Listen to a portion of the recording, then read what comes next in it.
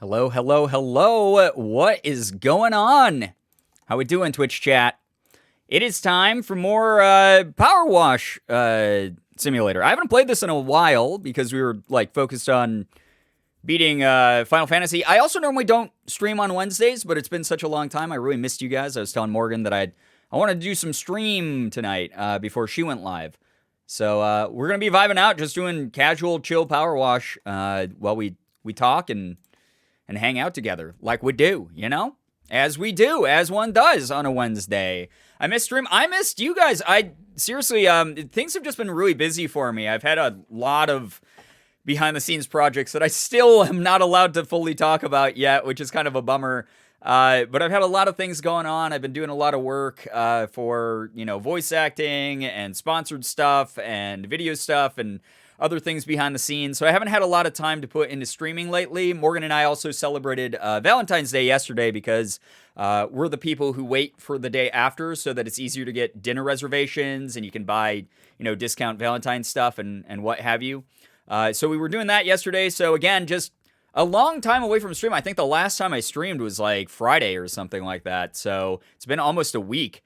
But here we are to hang out and hopefully have a good time together. I really appreciate everyone who's joining in tonight. And, yeah, it should be a good time. Hello to everyone, by the way. We got Ecto, Matt, Joseph, Octography, Jagathi, Cole. I think I saw Kenna and Flynn. Kenna, thank you so much for the 9 months. Holy crap, thank you so much for 9 months here. I hope that your spaghetti is very good. Thank you so much, Spicy Man, with the piss comment for a year, which honestly, that's, oh my god, thank you for sticking around for a year. Congrats on your Jolteon badge, evolving into a Jolteon here in the community. Can we actually get some hype, some pride spam in the chat for Spicy Man hitting a full year here? Happy Valentine's Day. Thank you, Joey Jam. Yeah, we had a really good one. We went out to a nice restaurant that neither of us have ever been to, and it was really quiet, and we got a table away from everyone, so it was nice and social distanced, and the food was amazing, and the service was so good because they let us eat in there even after closing time. So we were supposed to not be in there as long as we were, but they were like, don't rush, it's fine, whatever. And they just allowed us to enjoy our nice romantic meal together, so I tipped them 30% on the bill. Because I was like, man, good service exists out there, but when you get it, it really feels good, and you really hope that you can at least help out that person who's working a really tough job. Falcon, yo, what's up? It's so nice to see you here. I'll be back in a bit. Good luck with class. Please don't get in trouble for tuning in here. Brian, did you manage to go live at the exact same time as my boyfriend? P.S. My shirt came in. Well, I hope you enjoyed the shirt. I guess I did go live at the same time as your boyfriend, so now you have to pick, and, you will be judged for those decisions like it's, a game of Skyrim or Dragon Age or something. My cat is currently attacking me. What's up, Mads? That's just what cats do, right? I don't know if my resub notification went through, but 2 months, woo. I did not see it, Flynn, but thank you so much for sticking around as long as you have. That's really nice. Dizzy Butter, hey, what's up? Max, hello, hi, welcome to the stream. Welcome to so many wonderful people I haven't seen in a while, because, again, I haven't streamed since the weekend. I think, Friday or Saturday or something. And, Morgan's going to be going live after me. She just eating some dinner quick and vibing out for a little bit. But I missed you guys. I was just talking to her that, I missed you guys a lot. I haven't gotten to hang out with you in a little bit here, so it's cool to be able to just do a fun, casual, game that no one needs to keep up with the story after our monumentally insane Final Fantasy VII Remake playthrough. I thought that it would be good for our brains to turn into jello for a bit while we just vibe out. Trying to eat dinner and he pounced on my head. Just what cats do, right? Brian, you know who I'd choose? Me, of course, obviously. Pineapple Warlord, hello, hi, welcome to the stream. Thank you, Anonymous, whoever gifted Dizzy Butter 3 months.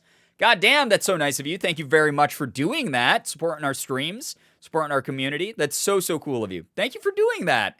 Back-to-back Noodle and Tarot Queen streams. Yes, that is what's going to be happening. We're going to be just vibing out, and then Morgan's going to be going live, and hopefully just having a nice chill time over in her stream as well. Her streams have been doing like numbers lately. I've been so fucking impressed with her. I'm so proud of her every day. We had a very lovely day together though. We haven't had time because both of us have been working so much and so intensely on just, working from home. We're both self-employed doing like the content thing. So we haven't had a time to like sit down and like watch movies and just spend a whole day together. And we got to do that yesterday, and that was just really, really wonderful. Someone gifted me a sub on Morgan's, and I have to thank them when I get there. Yeah, that's so nice of them, whoever did that. Interactive Ira, hello, hi, welcome to the stream. Definitely down for some vibes. I just went through some intense shit in the Vox Machina campaign. Oh, I bet. God damn. I was talking to Morgan about Vox Machina and just how freaking intense, like just how overwhelmingly intense Matt Mercer is as a storyteller. Those of you who watch Kolak as well over on Hyper, or I guess on Fear HQ, that Hyper is sponsored by right now, for the new season of Kolak, that shit, if you want to talk about intense storytelling, there were a bunch of times I was watching that premiere and I was just tearing up so much because my friends are so good at acting. Zach is a fantastic storyteller as well. Those of you who don't know, Zach was involved with Geek and Sundry at the beginning as well, before Hyper sort of spun off and did their own thing. I got a haircut today. I couldn't tell if the person cutting my hair was flirting with me or just being nice. That lack of human contact since the panini started, right? Moist. What's up, Eliza? Welcome to the stream. Linthari, hello, hi, welcome as well. Current Critical Role campaign's amazing. I guess I'll have to get caught up because I haven't watched any of it. I still need to catch up on so many things. Kolak is amazing. The production value on this season is out of this world. If you guys need a recap or to catch up, if you go to the Fear HQ TV channel, you should be able to watch the VOD. And I fucking love that. It's so good. It's just... The storytelling is fantastic. The number of twists that went on. And again, just the live interaction between the cast and Zach, who's the showrunner. Like, it just amazing job by everyone. I will definitely be tuning in on Friday to watch more Kolak because it's so fucking good. Yo, what's up, Case? Welcome to the stream as well. Made it to the second little arc before the Briarwoods arc. Yeah, my best friend was just telling me about that on Sunday because he's a huge fan of the entire Critical Role cast and the entire Critical Role campaign that they've done. Case Knight, thank you for the 5 months with Prime. I appreciate that a lot. I know you only get one of those a month. Thank you so much for using it here. Thank you. My bottle of milk is leaking. Oh, Sag, that is a Sag moment. I'm sorry to hear that. I hope you can clean it up. Brian Kolak, when? I don't know. That's the whole thing is Zach has been pressuring me to move out to LA for, I think, about a year now because he really wants to do more Hyper stuff with me. And I don't know if it would be Kolak proper or if it would be something like what Ashley got to do with like the little like, hey, here's like a VHS looking advertisement for the merch store. Like, I'd love to do something like that as well.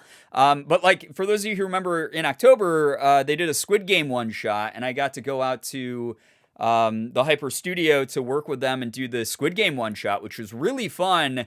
It went off course and it wasn't what Zach wanted, but I had so much fun doing it. It made me like miss live acting and role play and live play stuff a lot. So hopefully I'll be able to do more of that whenever I get out there again. But I would definitely like to do some more of it. And again, I don't know. There's no current plans to put me on Kolak or anything. I think honestly the way the cast is right now is perfect. So good. Does Arizona tea still cost 99 cents in LA? Yeah, it does actually. It's not hard to eat cheap in LA, honestly. People who say that it is are the people who only go out to eat, I feel like.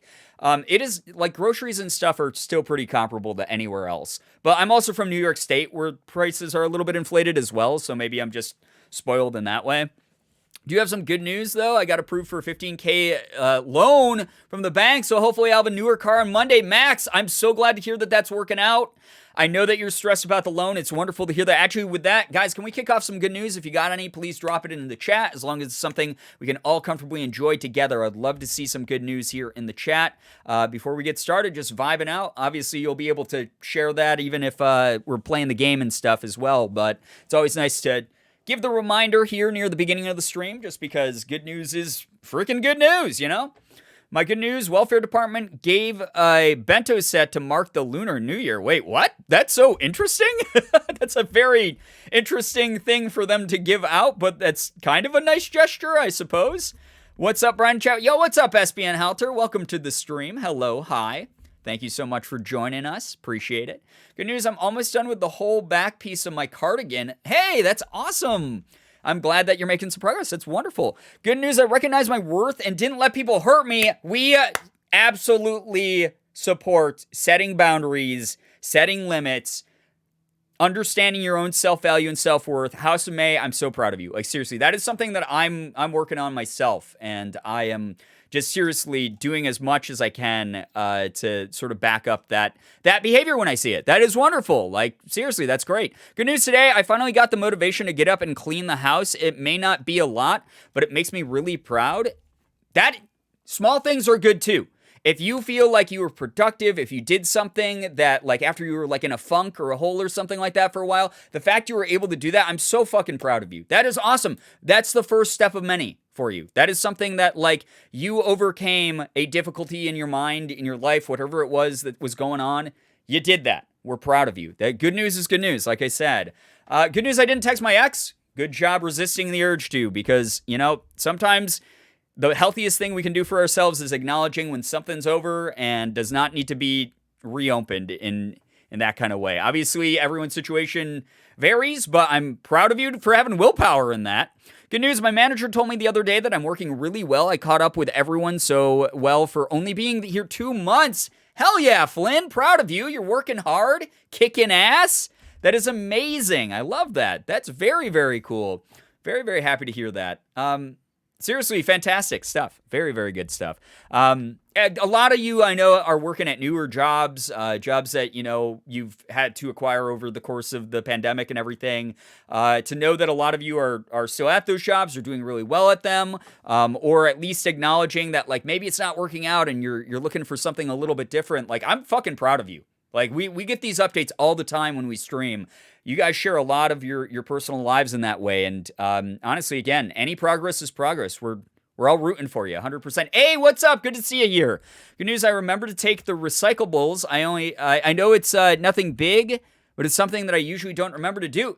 Listen, as someone who has ADHD and as someone who just, like, has to deal with object permanence issues on a daily basis, honestly, I'm proud of you. That's awesome. I very, very frequently forget to do, like, basic tasks like putting away something, folding laundry, whatever it might be that I've meant to do for a while. Like, I have a ton of stacks of cards here on a side table that I haven't put away, of Pokemon cards.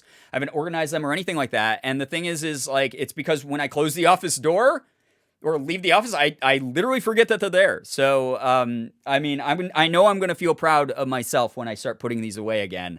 I'm proud of you for doing that. Seriously, I want to recognize that kind of thing for sure. Extra good news, I had an appointment with a chiropractor and they said we can probably relieve some pain with the treatment plan we talked about.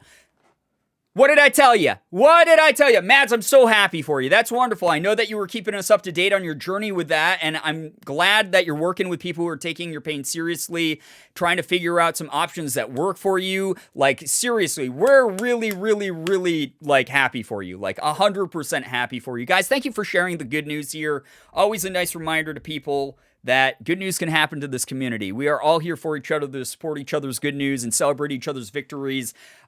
I've gotten to keep up with so many of your journeys this way, and it is fan-fucking-tastic.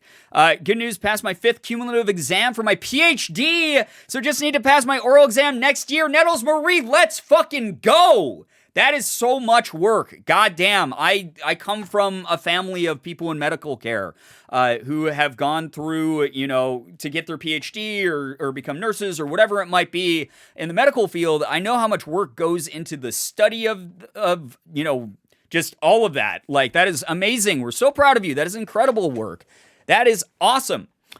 More good news. After like 3 weeks, my doctor finally called me back. I will be able to get a referral for a sleep study. Finally, Cole, that's so good. I know so many people have been through sleep studies. I went through some as a kid, because I had really bad insomnia.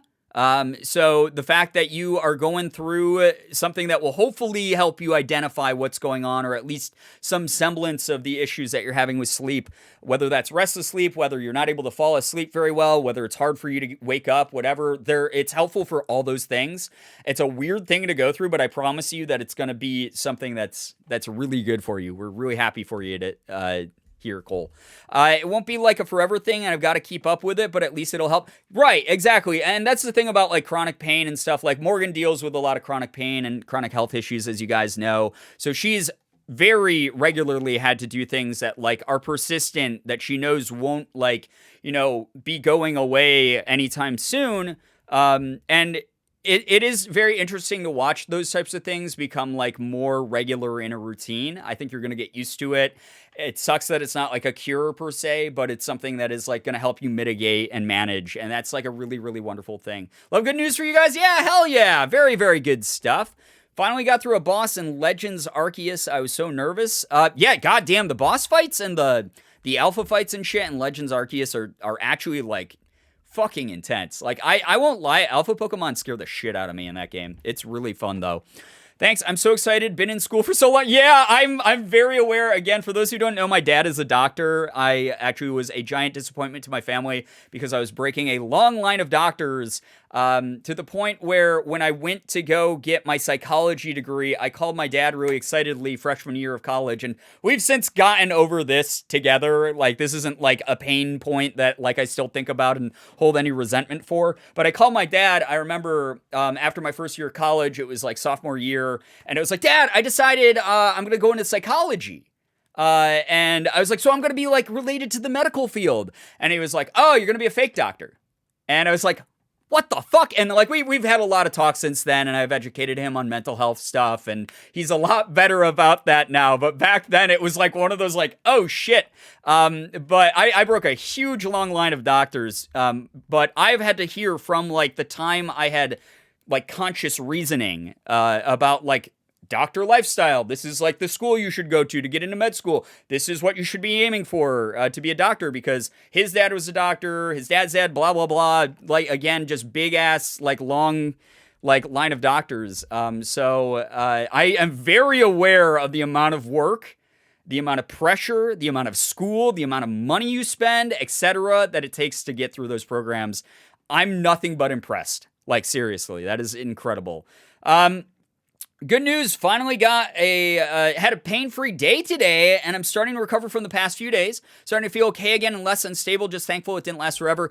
Here's the thing, it rarely does last forever, and I'm so happy to hear that you were able to get through that struggle, and that you're feeling a little bit more hopeful, and you're feeling a little bit better about things, and just physically feeling better. I hope you're able to like catch up on a little bit of rest and give yourself some grace, because you're going through a hard thing, but we're happy that we can hopefully be here to at least take your mind off of any of the lingering stress or anything. So glad y'all were able to heal that situation in time and find peace. Yeah, I mean, that's the whole thing. I think that's very common is people go through issues with authority figures, parental figures, whatever, throughout life a lot.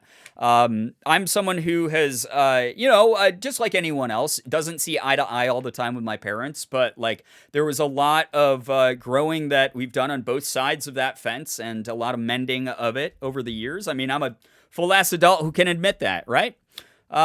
Oh my God, what is going on in chat here? Linthari, thank you for the gifted sub to Kai, the YouTube fan. Kai, if you're here, make sure you're saying thank you. Enjoy the emotes and the sub badge. And Tate, thank you for 6 months.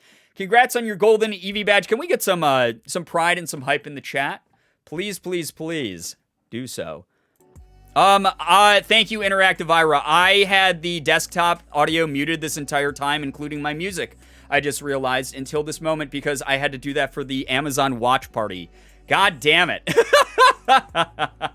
So there we go. Everything's back on. I had to turn them off because that's part of the brand deal, not to have those popping up on the screen. And I totally forgot to turn them back on after our watch party, because obviously I just shut off the camera, basically. Good Lord. Other good news, Junghyun officially in the USA Tour. Yeah, I saw. I'm absolutely fucking stoked that she's back. Very cool. The music wasn't on. Yeah, so we had an intro screen with no music. I'm sorry about that. It just happens sometimes. Professional streamer. You know, what can I say? You know, only been full-time for like 5 years. I should have said something when stream first started. You know, I won't lie. That is something that when, like, people don't mention those types of things to me, I'm like, does anyone care? Like, those are those moments, like, that weird depression voice in the back of my head is like, man, people must just not give a shit if they're not, like, being like, hey, is there supposed to be music? Like, people don't care because they're not paying attention or something. So it was one of those things where I'm glad that someone mentioned it here in chat. So thank you, Ira, for telling me that, because holy crap. I was going to say I thought the music wasn't on, but I thought it was maybe just me. I mean, if there's something that's like a technical difficulty going on, we can very quickly confirm or deny if it's happening just on your end or not. So,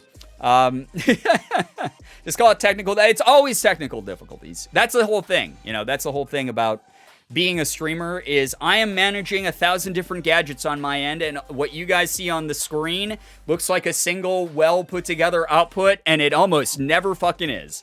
But yeah, last time I streamed was Saturday. We did the sponsored Vox Machina stream, so I didn't even realize that I had kept all my alerts and shit off.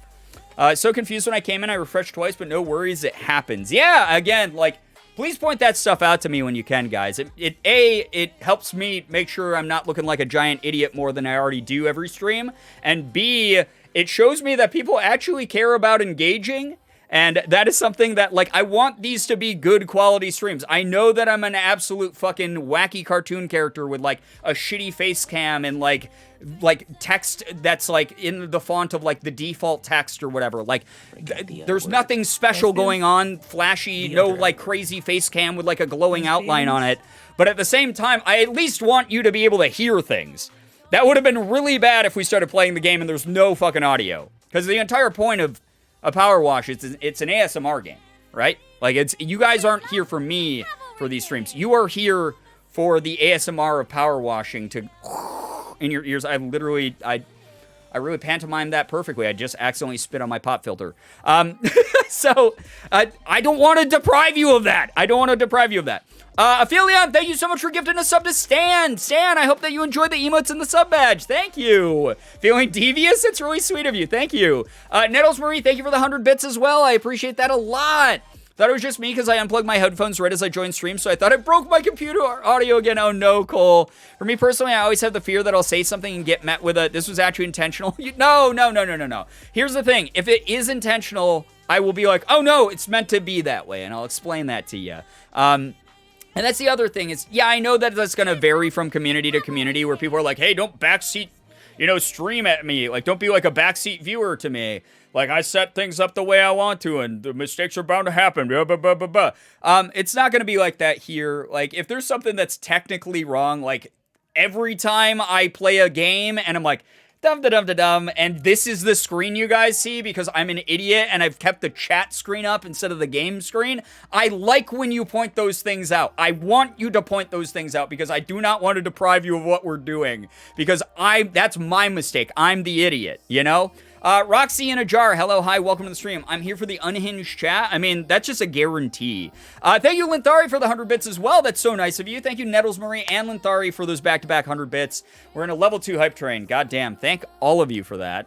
All of chat just collectively thinking, oh, it's just me. We are so silly. Yeah, it's never a bad thing to ask. Just because, again, these are silly, just goofy ways for us to interface and talk to each other and communicate and get to know each other better. But at the same time, I don't want this to be like the worst stream on Twitch. That would be I would hate that if it was like, yeah, Brian has a really funny stream, but goddamn, the quality constantly sucks. He's always making mistakes. Just let me know when those are happening so that we can fix them and we'll be all good. Please send good vibes. My car just died on me. Oh no, J. Ray Green, I hope that we can be some good company for you while you deal with that. I've had that happen before. I actually had a car once die in the middle of an intersection, and everyone was like honking and beeping and giving me the finger and being like, fuck you, buddy, move out of the fucking way. And I was like, my car's dead. I have to like manually put this shit into the neutral and push it out of the fucking intersection, and no one helped me. And I was just like, all right, great, fuck me. I guess this is just the way that the universe always is to me. But I've had that happen. I'm so sorry that you're dealing with it. I hope that you can get like AAA or some tow service or something out there to help you out. And I hope that it's not a costly fix.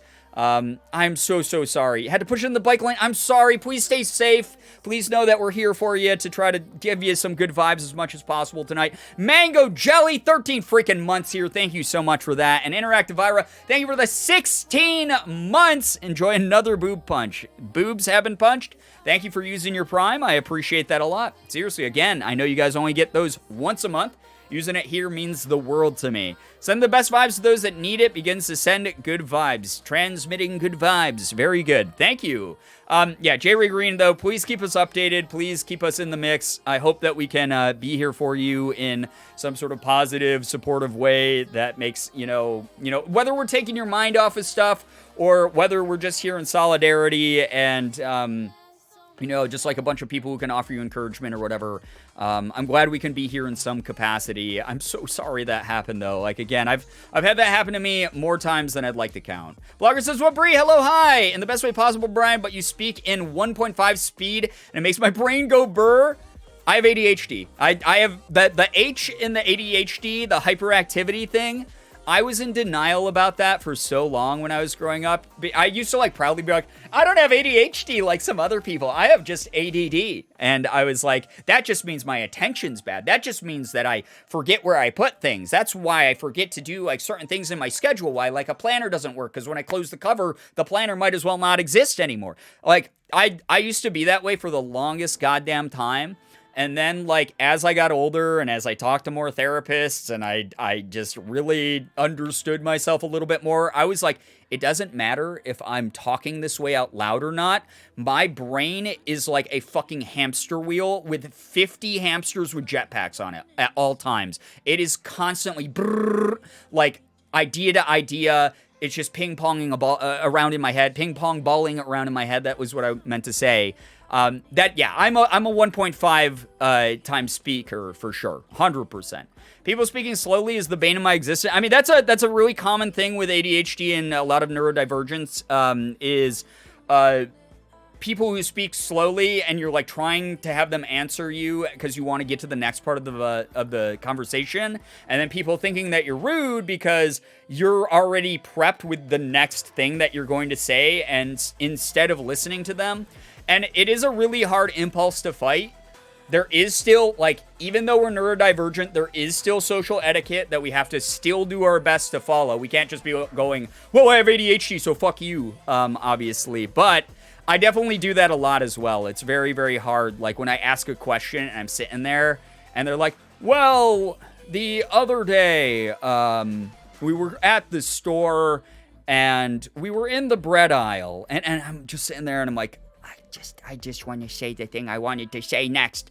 But yeah, it's one of those things, Not me boasting about not being bipolar, just to realize I have bipolar and understanding neither disorder isn't inherently bad. Right, exactly. That's the other part of it, too, is you come to peace as you get older, I think, with a lot of things that were viewed as weird or cringe or odd about you when you were growing up. A lot of that is escaping, where you're from. A lot of that is, being able to interface with people from around the world. A lot of it is just maturing naturally.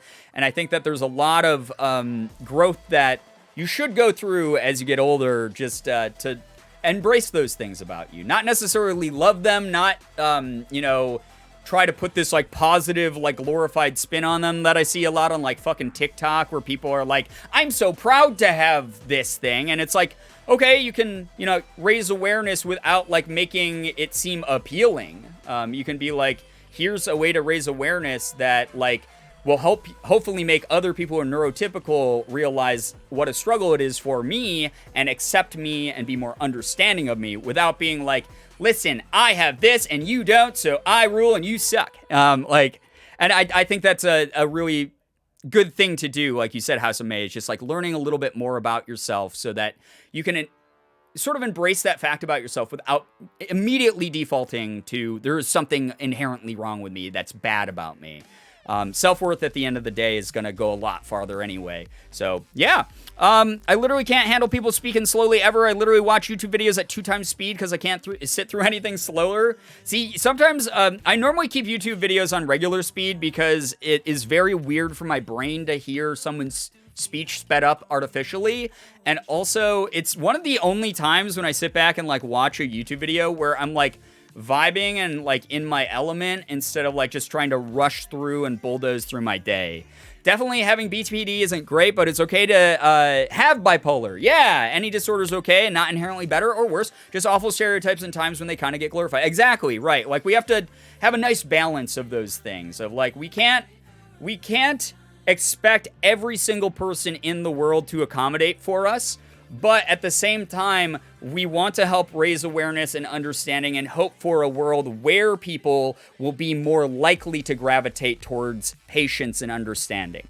100%. And again, it is one of those things where, like, it's like, you can't ever force someone else to think a certain way. That is something that I struggled with so much when I was a kid, dealing with my ADHD, feeling like I was like the most annoying person in the room, etc. There's no way that I can force the people that I wanted to like me. What I could do is be my authentic self as much as possible while also doing what I could to just get by, which is sometimes just a survival mechanism that inherently happens to us. And also on top of it is, just making sure that the way that I'm being is the best way I can be for myself so that the people who find me are authentically and genuinely into me. Like, in a way that really fits, that truly fits. And that's something that I've struggled with for a very long time, into my 30s, like I didn't feel super connected with a lot of people, even the people I consider my closest friends in some ways. And I've done a lot of work and growth through therapy with that, and it's been wonderful. The friendships I have now are so open and clean and direct and great for me.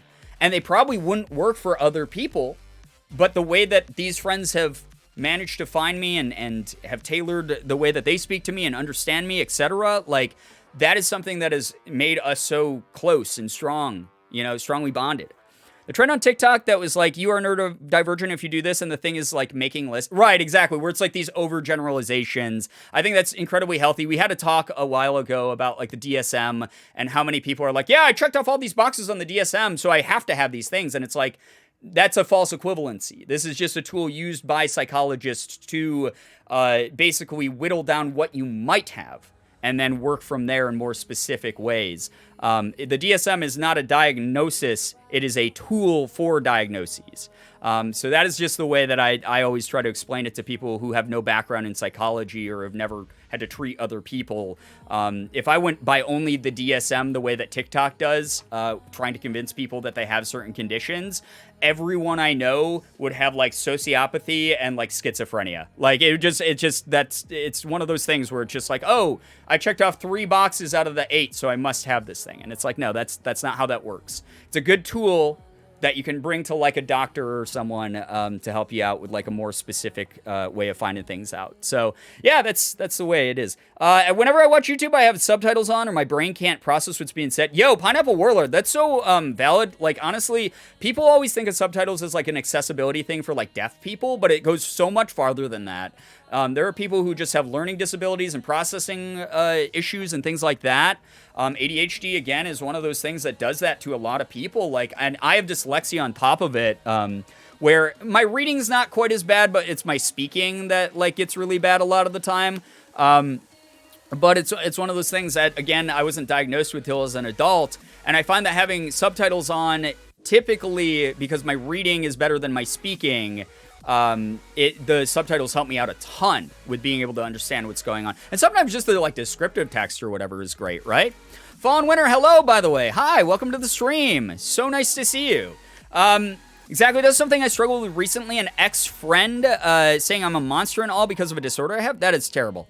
No one is a monster for the things that they can't control. That said, having a specific condition doesn't excuse you from bad behavior. We still have to be the best person at our core that we can be, but no one should ever be called names or other just because they have a specific disorder or anything like that. That's such a fucking bummer to hear about that kind of thing.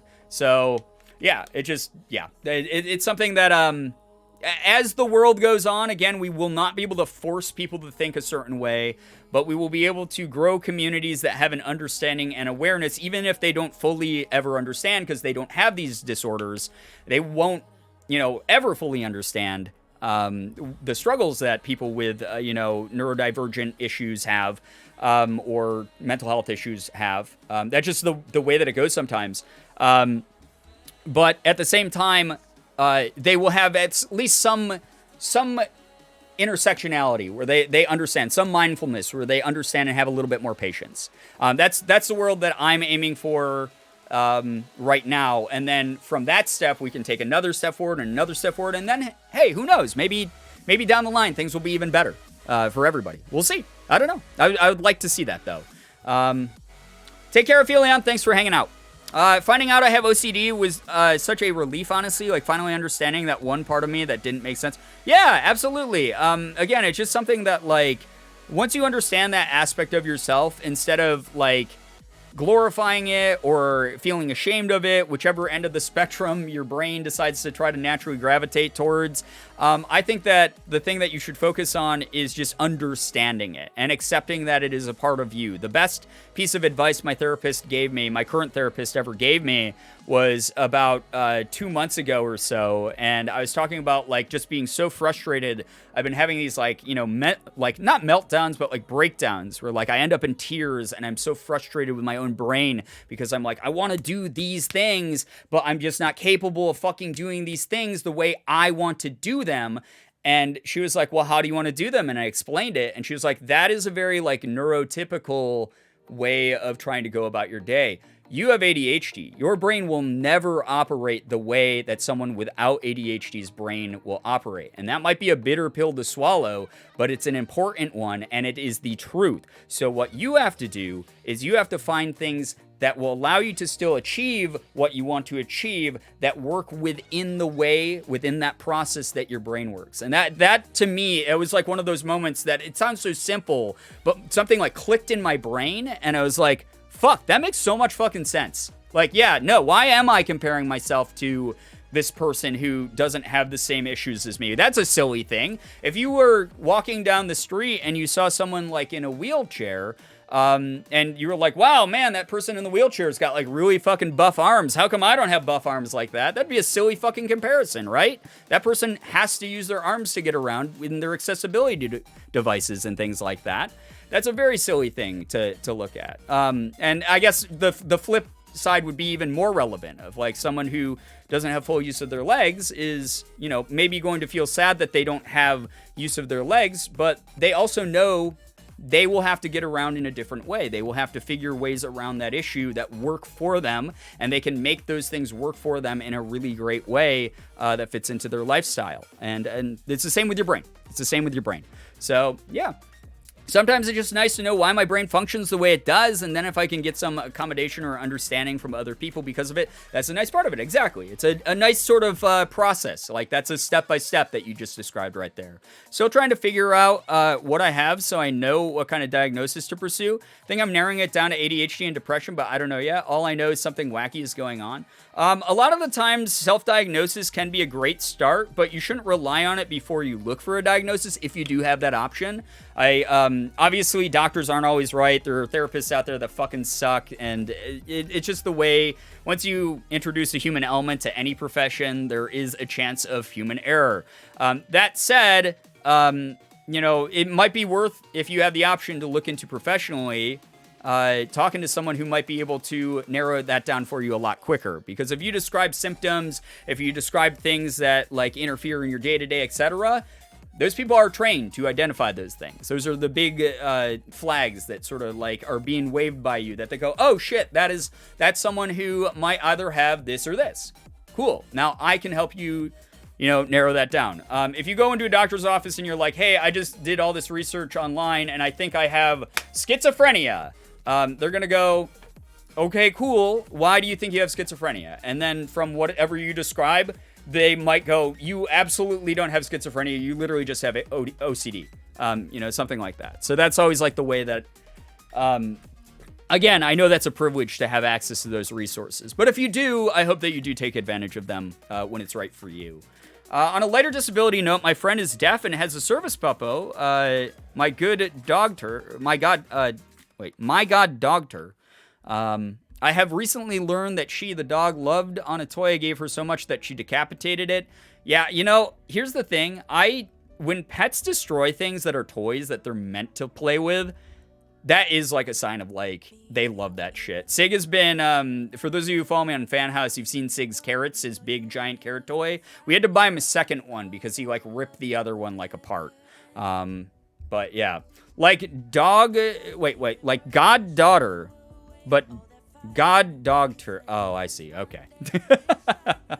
I see. Sig, my beloved, he's been such a good boy to Morgan and I recently. Just a great guy. Love my guy. All right, guys, we're going to start spraying some shit down with some digital water. We're going to get rid of the grime.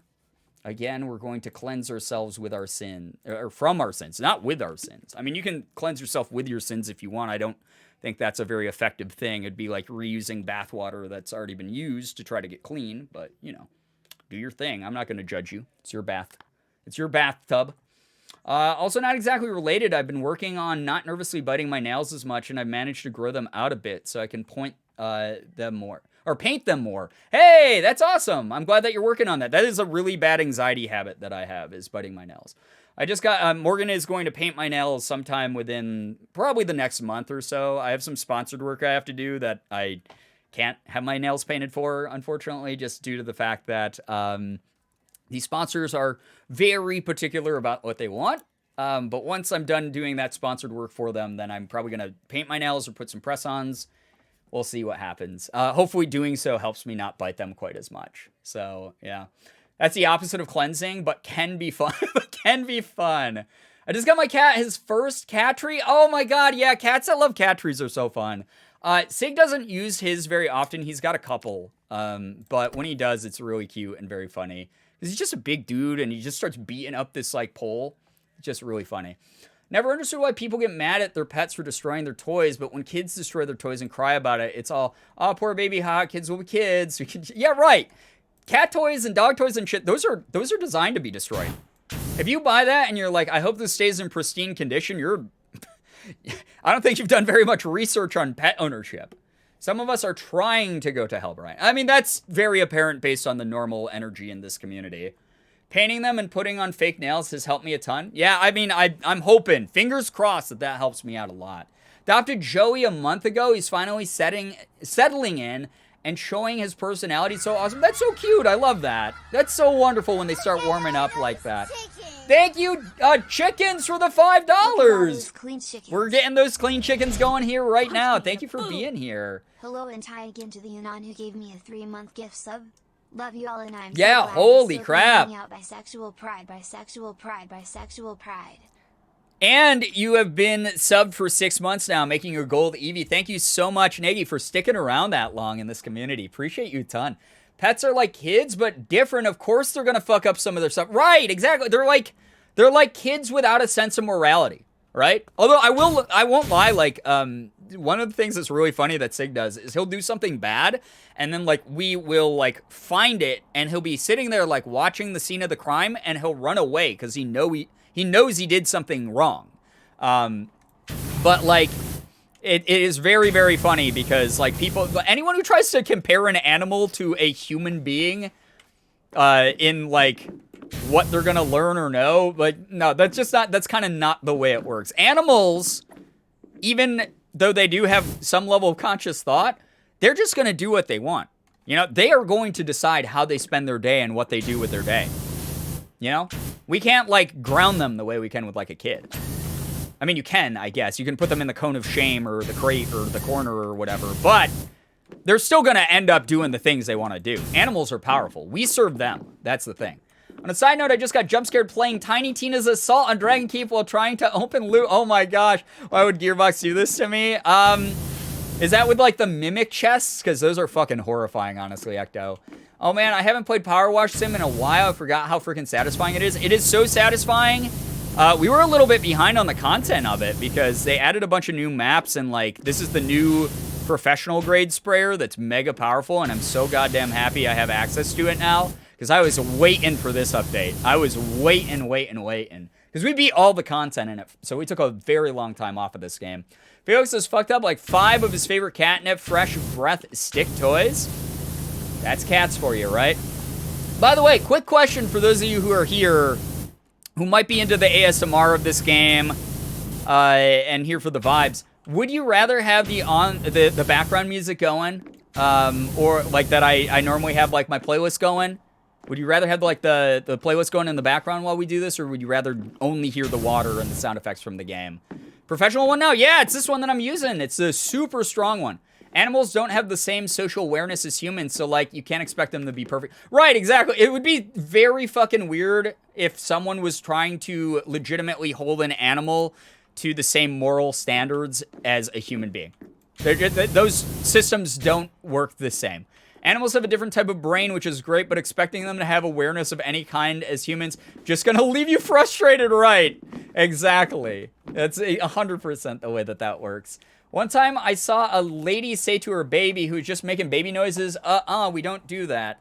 I mean, it's okay to do like some of that early like talking just so that they're, you know, the brain starts developing to be able to recognize that, but understanding, hopefully that lady also understood by her saying that it wasn't going to change anything in that moment. I hope that she was aware enough. If she wasn't, good luck when she tries to argue with a teenager down the line.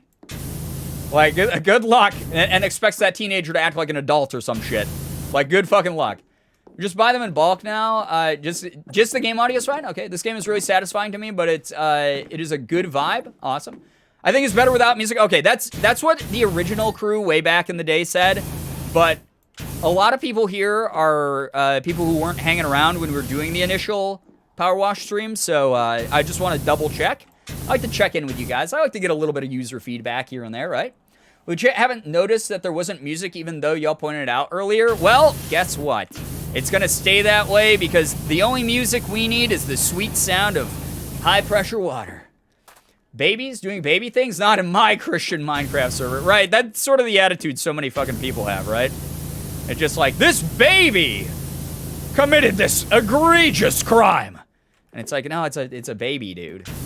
This baby will continue to poop its pants.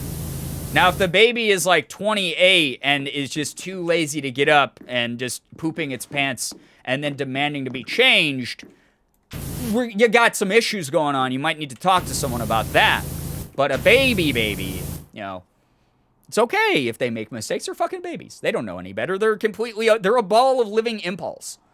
I will never be able to have children because hearing screaming babies while I'm at work just frustrates me to such an extreme degree. I mean, not all of us have a maternal instinct within us. That's for sure. That's something that, again, is a very personal, private choice, I think, a lot of the times, and no one deserves to judge each other over that kind of thing.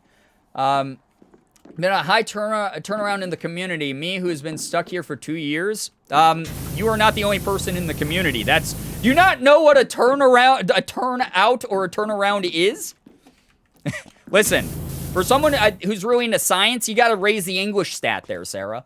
I can get it in a joking way where like a baby does some silly thing and the parents or whoever make it a game to act like it's some crazy... Right, yeah, to act like it's some kind of crazy crime in a silly way. Right, exactly, right, exactly. Brian, I have no brain, you should know that. Okay, that's fair. I guess, yeah, that's a good way to look at it. Anyone who's been here for like years, I shouldn't have I should have baby expectations for you, like we've been talking about. I can't judge you the same way. I can't apply the same level of logic. Anyone who's been here since the olden days, I should not expect that. Those of you who are newer, you don't have fucking excuses. You've only been exposed to this level of content for a little bit. You weren't here when we had 200 of Sarah in the chat back in the day. You weren't here when we had the streams with 200 people who had weird jokes to tell every stream.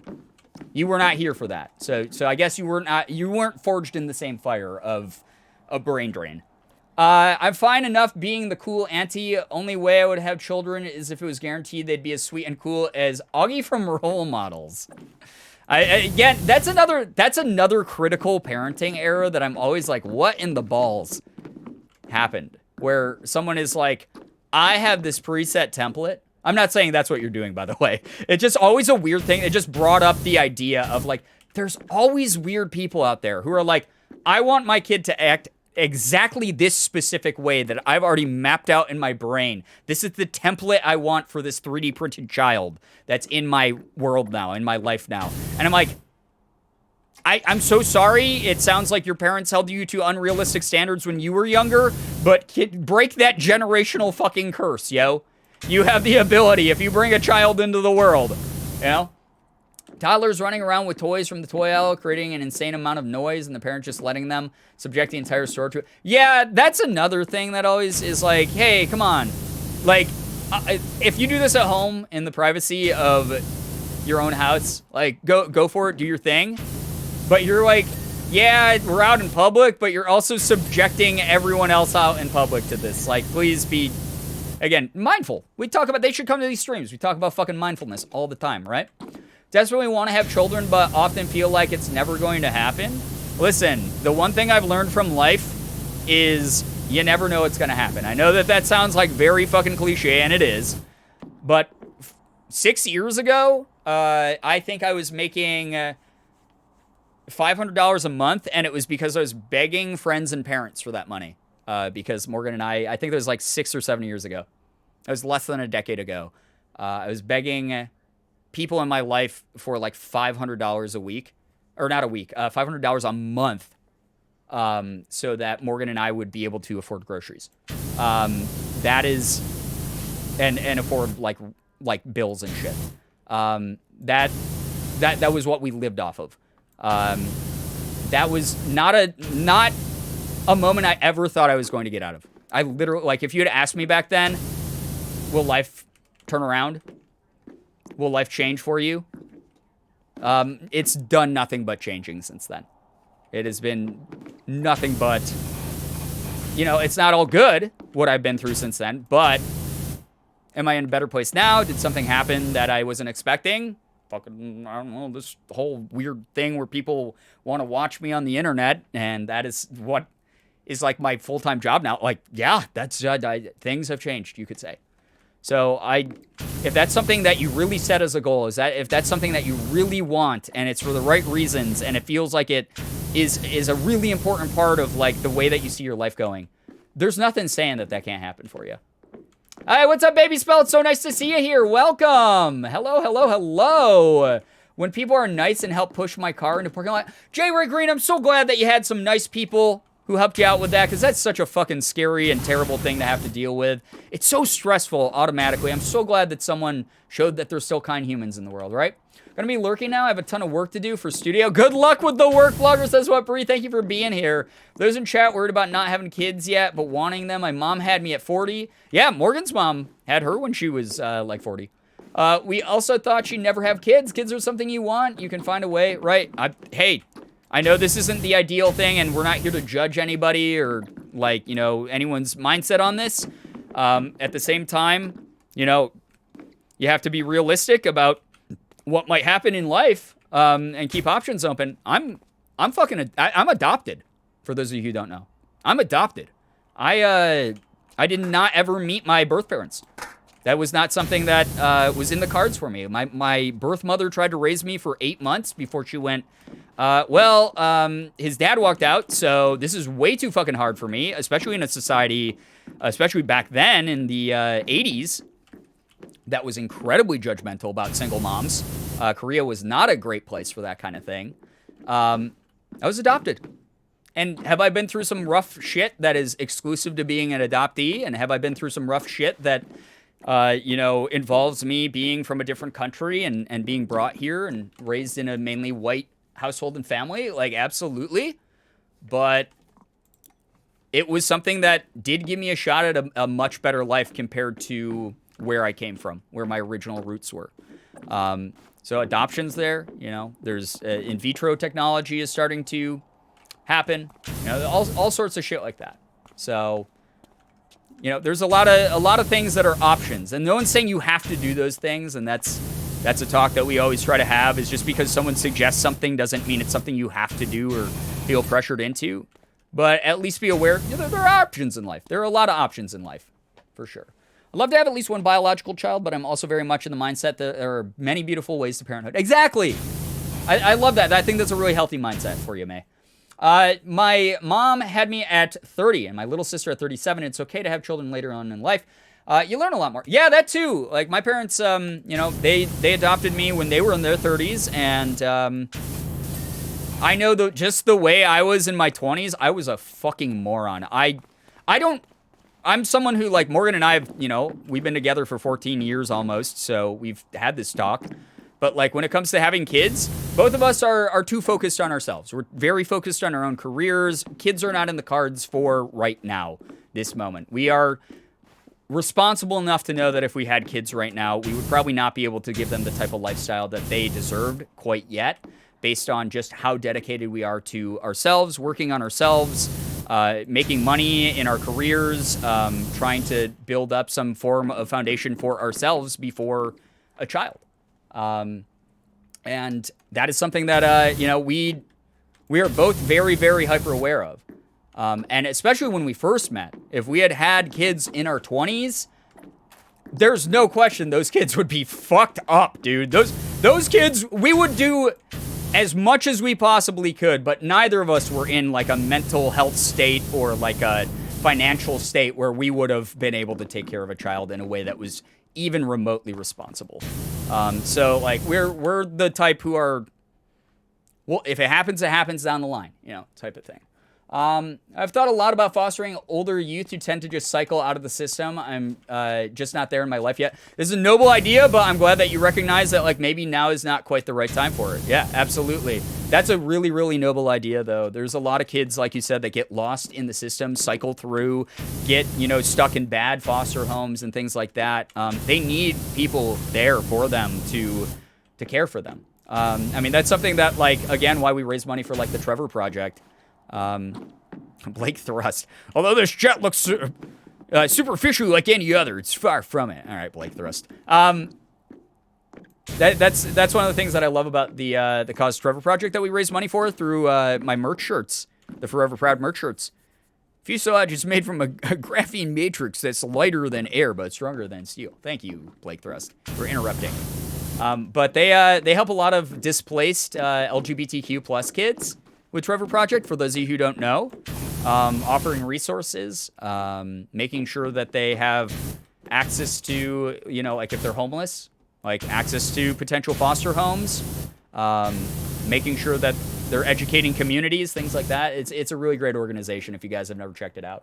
Speaking of babies, Luxie and her wife had their insemination appointment. I saw that. Yeah, they've been doing a YouTube channel and announcing a lot of that on Twitter, which is wild. Again, is just see how technology has come so far. It's amazing the options people have. You have Sig, and that's close enough. Right, exactly. That's the other thing. Is Sig is a fucking... He's basically a kid, Cole. Yesterday was my birthday. It was a super rough one. The stream has helped me in a bunch of ways to feel better about where I'm at in life. There is no roadmap for life. Anyone who thinks that there is very, very silly, because no one's lived the same life. Everyone has lived a very unique life that has a lot of moments that are specifically for them. And it's rough when you are the judge of yourself, but a lot of the times those judgments come from outside external sources that you've heard throughout your life, pressures and things like that. So it is always good to remember that you are where you are right now, and it might not be your favorite place. It might not where you envisioned yourself at this moment, but it doesn't mean that there isn't time to improve shit, You're kicking butt. We're proud of you. Also, happy belated birthday to you. I hope that you had, a good start to today, at least. Hope you enjoy another revolution around the sun. Yeah, exactly. If it's lighter than air, why isn't it floating right now? Science. Yeah, science. Can we have an explanation for that one? Phoenix, what's up? Welcome to the stream. Hello, hi. Those of you who are here today, thank you for hanging out. This is a Wednesday bonus stream, so again, not super, like, crazy expectations for anything happening. I just missed you guys. I haven't seen you in a very long time. Haven't streamed since Saturday. So, we're just vibing. No explanation? Okay. Science is on a break, guys. Science, you don't have to live by the rules of science. Science no longer binds us on this plane of existence. So if you want to go flying through space or something and be able to breathe in it and make noise, go ahead and do so. It's possible right now. Yeah. I took an emotional motherly role with younger family and younger friends. That's been satisfying for me. Yeah, and that's it. Yeah, that's one of those things. Again, having kids is not for everyone. So no one should judge each other on how much they want kids or how much they don't want kids. I think that's, like, such a weird personal thing that, like, if someone's projecting their own insecurities onto others that way, it's like a really nasty thing to do because it's not your life to live. It's not your body. It's not your home, whatever it might be. And some people, the satisfaction of just like, hey, yeah, you know, I helped raise my little brothers and sisters when we were growing up. That was enough for me. That's fine. No harm in that at all. Yeah, no rules. Woo. Yeah. Let's defy physics as much as we can. Let's go. Sometimes it's hard to go easy on yourself when the rest of the world hasn't been easy on you for your whole life when it comes to that stuff. Yeah, exactly. I mean, that's a part of sort of like a pretty common traumatic experience in life, I'd say. Is the world is rough on us. We all face challenges. We all have moments where things get fucking heavy and hurt a lot. But that said, you know, it says a lot more about the efforts we make to address those things, you know, than it does about the actual behaviors that come from them. You know, we might blame ourselves and beat ourselves up and have, you know, mental breakdowns and just be sad or unproductive or whatever. Those are just behaviors. Those things don't define you as a person if your heart is still focused on getting out of that situation. Instead of being like, oh, you know, I am this way and other people just have to fucking deal with it. If it's something that's like bad and harmful in your mind, if it's something that is not the way you want to be, if you can acknowledge, you know, it's okay to not be okay, but also I still have to, like, I would like to be in a place where I'm not feeling like this all the time. Like, work on that, you know? And that's the stuff that the people who matter will see the most. So, yeah. I'll never get people who try to push people who know kids aren't right for them to have kids. Yeah, it's a really weird thing, again, just that it's not anyone else's decision, right? My military homework, I'm going to just chill and stream. I'll rip my military homework? Oh, my God. Well, I hope that you have some buffer of time to get back to the homework fall and winter so that you're not shirking all responsibilities for this weird fucking stream. We always have like weirdly deep talks during this game, and I don't know why. It just brings out like the chill, supportive sessions of the community.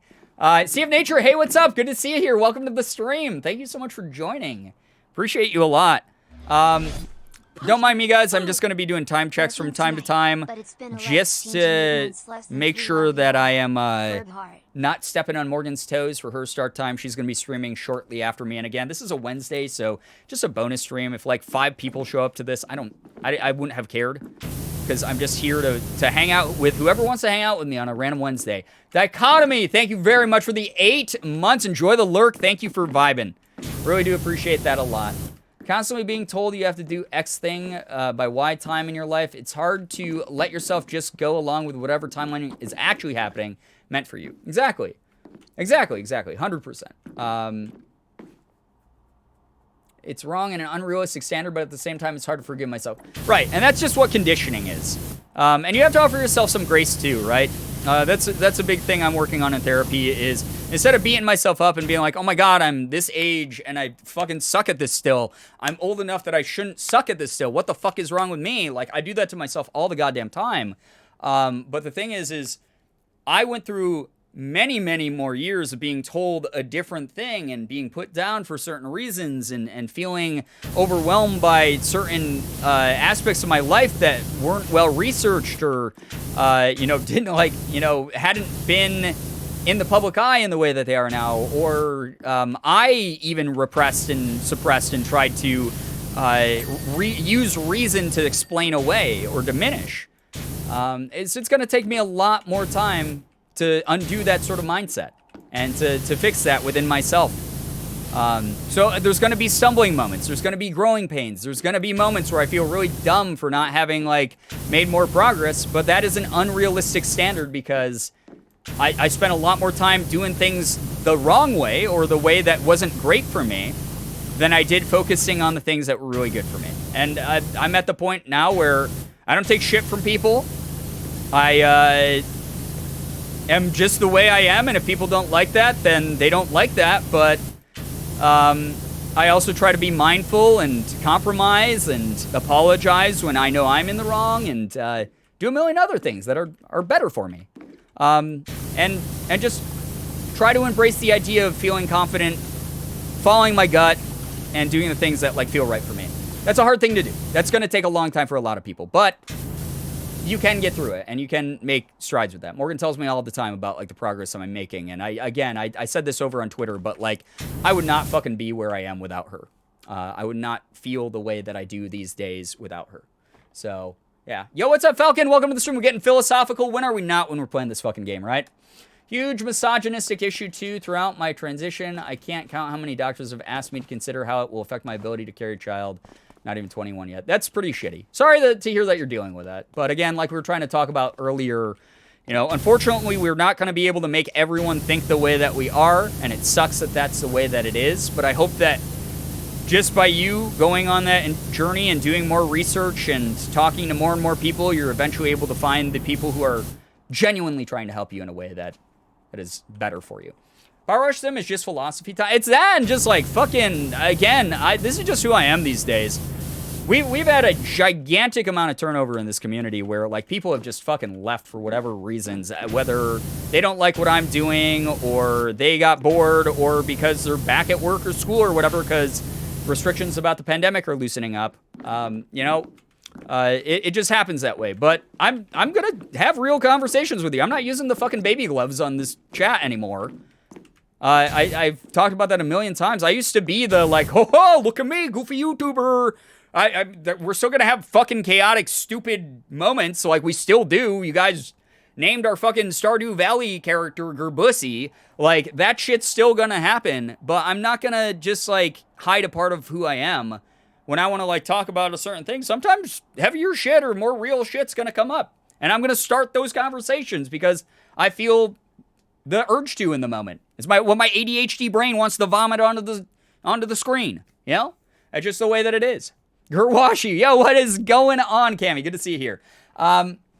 So yeah, just the way that it is. And if people don't like that and they leave, whatever. I hope that they go find some content that they do enjoy. But you guys aren't stupid. You guys aren't fucking idiots who need to be like talked to like your babies. Every now and then we're gonna have like a real adult human being conversation about like shit that's a little bit deeper. And I like that. I enjoy that. And we'll build up from what we have now. We will build up the type of community that's going to resonate with all of us a little bit better and a little bit more strongly. And that is something I've come to complete terms with and I'm very happy with, honestly. You know? I'm super fucking happy about that. That is the direction that I'm going with my content. I don't give a shit if, you know, average viewer count drops or whatever, you know, like trolls try to throw in my face on the internet. Like, I don't give a shit about that stuff. Average viewer count, who the fuck cares about average viewer count? I make like a living paying my bills and rent doing this still. And I've found more genuine, awesome people opening myself up to the internet a little bit more. You guys are like some of my fucking favorite people in the world. I love having you here. This is why I wanted to stream today on a day I normally would just be taking a rest day. Because I just want to hang out with you. I want to have fun. I want to talk about random shit. I want to vibe out to the sound of splashy water on a digital screen. Like, that's fucking cool as fuck. I think I'm going to go name my Monferno Gerbeagly on my new pro account. So a lot of people have been doing that now. The chaos mixed with how real things can get here is a huge reason why I'm attracted to this community. Yeah, we're not fucking, you know, pulling punches anymore. That's the way that it's going to be. That's just the type of content creator I'm going to be. Like, it's just, this is me. You get what you get. If it's not for you, if it's not sterile enough and fucking stereotypical enough for you anymore or whatever, be on your way. Have fun. Peace be with you. Enjoy the content that you find that fills your brain the way that you want it to be filled. We're not always going to talk about like serious heavy shit either here. We fucking vibe and talk about poop and whatever all the time. Like, yeah.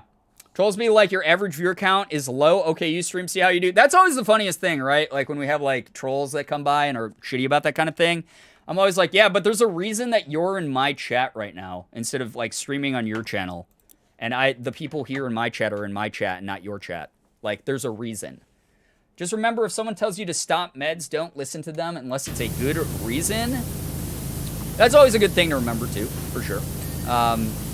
Definitely something that, like, again, like, I don't know what that has to do with anything we were talking about, but yeah, good advice. Speaking of peace be with you, did you hear that pronouns took down the Catholic Church? In what way? I did not. I have not heard this piece of news, but please fill me in. All I wanted to say was I smell good vibes. I'm glad that you can smell them. They are fresh baked and, you know, just enjoy the scent. Soak it in. Enjoy it as much as you want.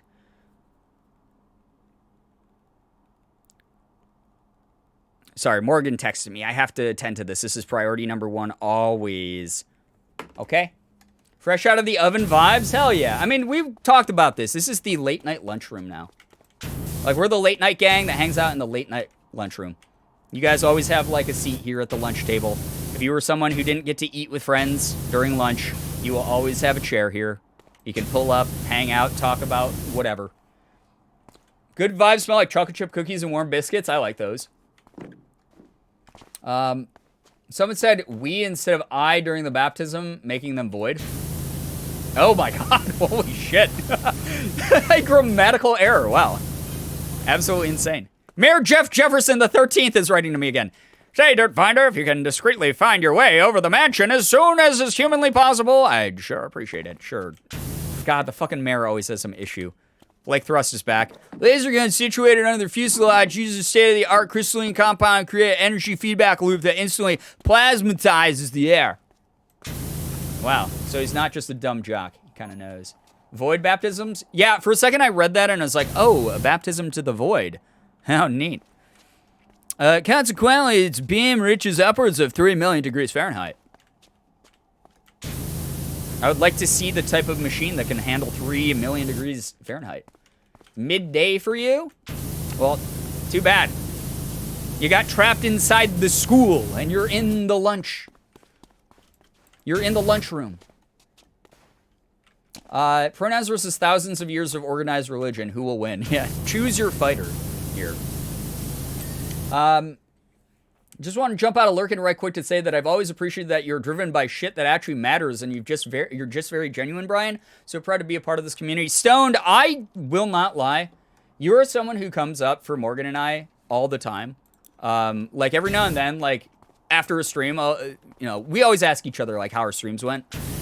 I'll be like, hey, how's your stream? Yeah, there was a couple like fucking weirdos in chat that like came by and like tried to troll or were odd or whatever.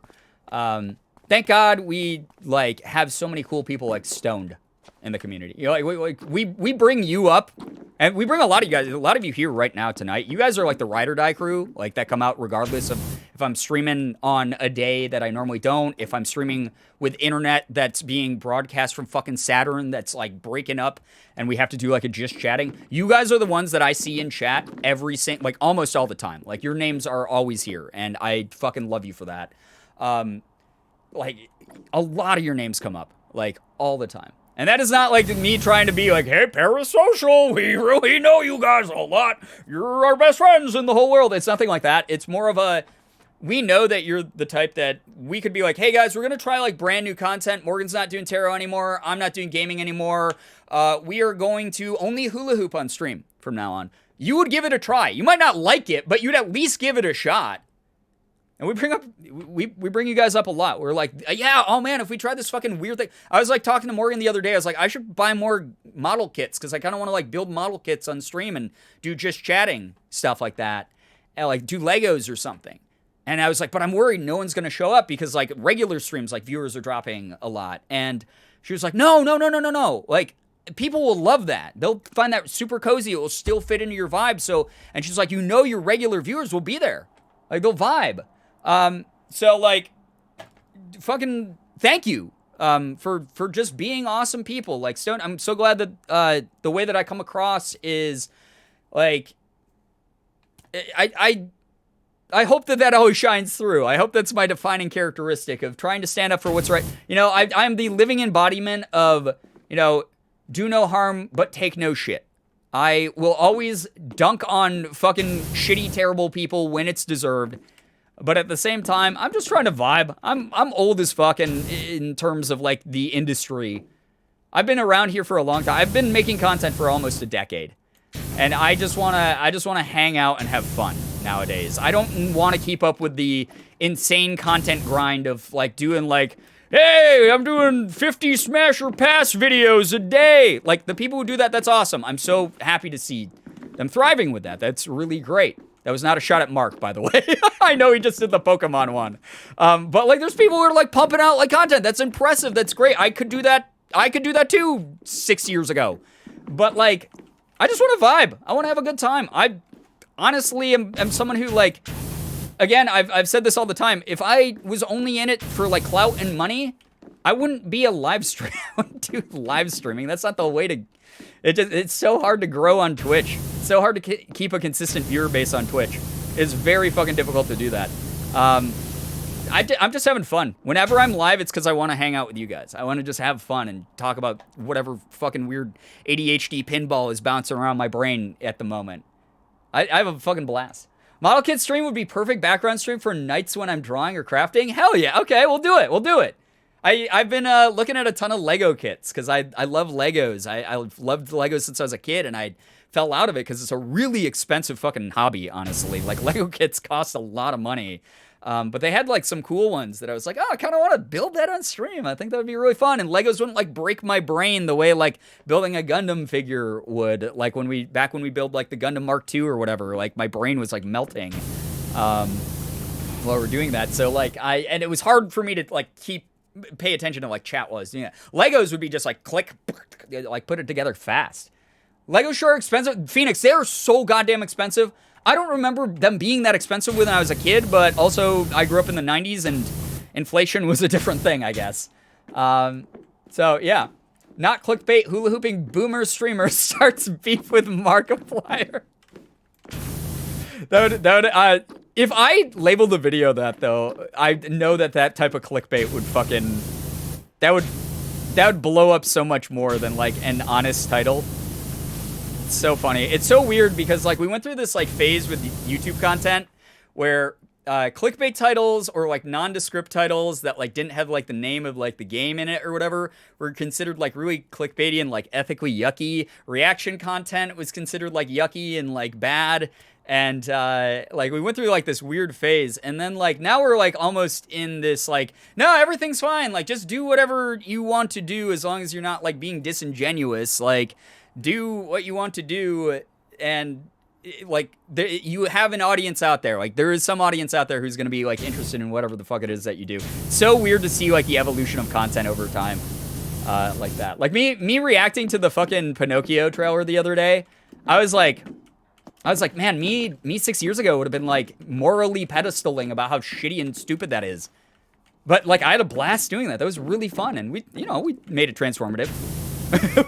we TOS that fine. It was fair use. We vibed out together and had a laugh together about it.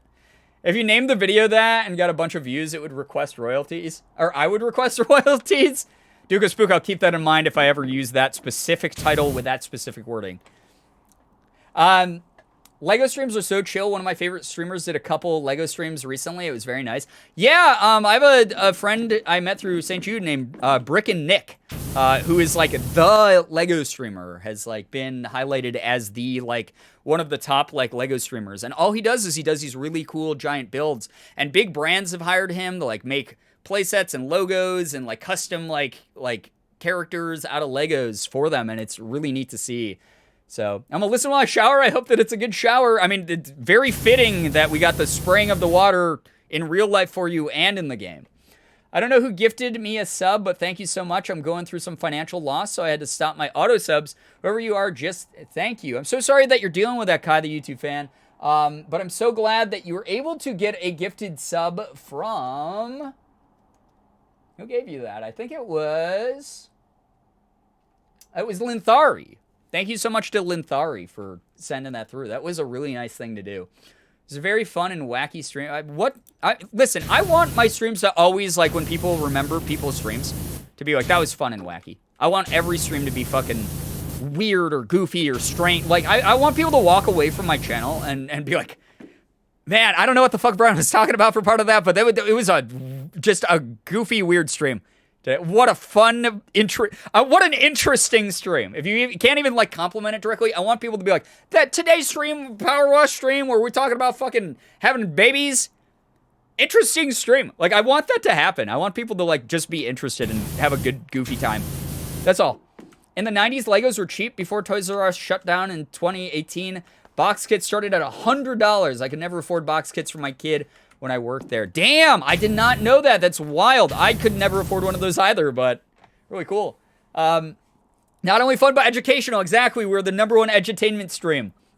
I've seen plants made out of Legos, and it just falls into my personality so well. I'd love to find a kit for myself. Hell yeah, that's so cool. I love the creativity. That's the other thing, too, right? Is for a while, like, toy elitists were like, oh, Legos are so fucking limited with what you can do because they're just like blocks that have little pegs on them. That's all you can build with them. And then people were like, bet, dude. And they like have made these elaborate displays with Legos, like life-size displays in some places. I remember going to the Lego store in New York City, and they had like life-size, like gigantic, like models of people made out of Legos. And they looked terrifying, but it was like something people figured out how to do. They envisioned it in their brain and they built that. That's really fucking dope. And I love that. I think it's like really, really cool. I heard Legos, what's happening? We're talking about Legos. We're talking about Legos and just how awesome they are and how I should do a Lego stream. If I get this job, my first purchase with my discount will be a Lego set to send. That's super nice of you, Mads. Actually, that's a great idea. I was talking about this. I set up a throne. And for those of you who don't know what Throne is, it's basically Amazon wishlist, but a lot safer. You can actually use it to get Amazon items and Etsy items. But it keeps the sender info and the person who's getting the item anonymous outside of, I think, just the name. So it's much safer with like the address and everything like that. And Throne is something that I've debated setting up for a while, but it's one of those things where it's like, I talk about this on my alt all the time. Like, there was a time where I was like really down because I was like, oh man, I must have done something wrong. I must have been like canceled without me realizing or whatever the fuck. Like, people, not as many people are showing up to streams. There's too many factors to like know why that is. I have stopped giving a shit about that. It's why I don't look at my view count while I stream anymore. But like, I like, it was one of those things. I was worried for a while. It was like, I'm not gonna make enough money to like pay taxes or like do this as a full-time thing, even though it's never even gotten to the point where like that is even a risk. It's just the way my brain catastrophizes stuff and I spiral and I go, everything's going wrong and it's all my fault and I suck and I'm the worst person in the world. It's just, again, something I'm working on in therapy. But I was like, I was talking about this over my alt. Like, I have, with the sponsored shit I've been doing lately, I've never had this many like incredible sponsored opportunities in my life. I'm doing fine about like, I used to have people who would like do like a sub bomb and be like, we want to make sure you can pay rent. And I'd be like, oh, that's really nice. Yeah, this is a huge chunk of like what helps me out doing that. But like, as the years go on, I hope that there's like less emphasis on that of it. And it's more of like, yeah, I'll take this money and put it back into the channel. But if there's like, the thing with Throne is that's nice is A, it's optional and I don't want anyone to feel like super pressured into sort of like buying me anything. But I was gonna set it up with like goofy stream shit that I would want, like certain cosplay wigs or outfits, like Lego sets or like model kits that I would want to build on stream that you might want to see me build on stream. I want an automaton, those little like music note dudes with the faces. He's just a little Pac-Man mouth, and you squeeze the mouth and you play the neck of it, and it's like, I want one of those for stream because I'm a chaotic gremlin. I'd love to have one of those. I've always wanted one of those. Like shit that will like go back to the stream. And that way, if you do feel generous enough to buy me anything from my Throne wish list, it will be stuff that will go, you'll see on stream, like it will be directly on stream. You'll know exactly where your money is going versus like the nebulous, like, well, I just donated like $400 to Brian and I see that he did some cosplay, but I don't like know how much that cosplay cost. And I know that no one's pressuring me to like reveal the receipts of wow, you used this money besides the IRS. And I know that's not like a pressure you guys have ever put on me. Like that trust has meant a lot over the years. But I think in this way also, again, it's like very direct, like things that support the channel. Like obviously we'll always have like a sub goal. will always like do stuff like that. But like having like the throne wish list, maybe that would be like an easier way to like get special streams moving along for people instead of just waiting only strictly on my schedule. So I've been toying with the idea of like adding stuff. So maybe like Lego kits would be like a cool thing to put on that. I think like Lego kits would be like a really neat thing. So yeah. Automaton stream sounds so fun. It would be a whole stream. It'd just be like a fucking 80. Those of you who are really old school, you might remember. I used to have fidget cubes and fidget spinners all over my desk because my ADHD hands have to have some shit to play with sometimes, and I haven't kept those on my desk for a while because it's currently covered in Pokemon card packs. There's just a lot of shit all over my desk. But if I had an automaton, there would definitely be moments where you guys see me turn into a fucking cartoon character because my brain is misfiring everywhere. And I'd be like, oh yeah? Whatever you just, whoever, I don't care what you have to say because, like, I would do that. I know me. I know that's where my brain would go. It's like, oh, you want me to go down the right hallway in this game instead of the left? Well, how about this? Like, that will happen if someone buys me automaton. That's the thing. And honestly, I might just buy one myself. I might not even put that on the throne wish list, but, like, that's probably how it's gonna fucking go. Vercadia, hello, hi, welcome to the stream. The stream would only improve. Right, I would love that. Like, if like we got like I don't know, like a big sub bomb, you know, I can see myself making like an insane bit out of that, being like, oh man, like, oh, big sub, this is the new like 10 sub alert, beep, boop, beep, boop, boop, boop, boop. Like I know me, I'm like fucking insane. Builds a different relationship when the people who enjoy your content get to see you using the stuff they wanted to give you back. In the earlier days of YouTube, Smosh Home and their P.O. Box stuff and vlog, and I think that was one of the reasons they had such a strong audience. Yeah, absolutely. I mean, we have a P.O. Box. I open all the P.O. Box shit that I get on stream. It's really fun. I'm very lucky that, you know, no one sent me like a box of like fucking crickets or something yet, but I open all that shit on stream. You're gonna get so many gifted automatons now. Oh my god. Honestly, okay. Not even a lie, I kind of want multiple ones because I want like one of the regular ones. But I saw on the internet the other day, there's a fucking Hatsune Miku one, and those of you who don't know, yeah, whatever, I'm a fucking giant weeb, whatever, shut up. I love Hatsune Miku. Like, I unironically love Hatsune Miku. And I saw that there's a Hatsune Miku automaton, so I might have to get one of those. New Point Redemption serenade me with an automaton. There we go. Honestly, genius idea. So, yeah. There goes my idea. Crosses off crickets on gifting list. I mean, please don't. Those poor little guys, they can't survive that trip. There's no way. Knowing me, I wouldn't even like fucking check the P.O. box for like a couple days, so they'd just be sitting in there and they'd just die. I feel terrible. Don't give me ideas. I don't, so I've said this a couple of times, like, obviously, please be appropriate with what you send me in the P.O. box.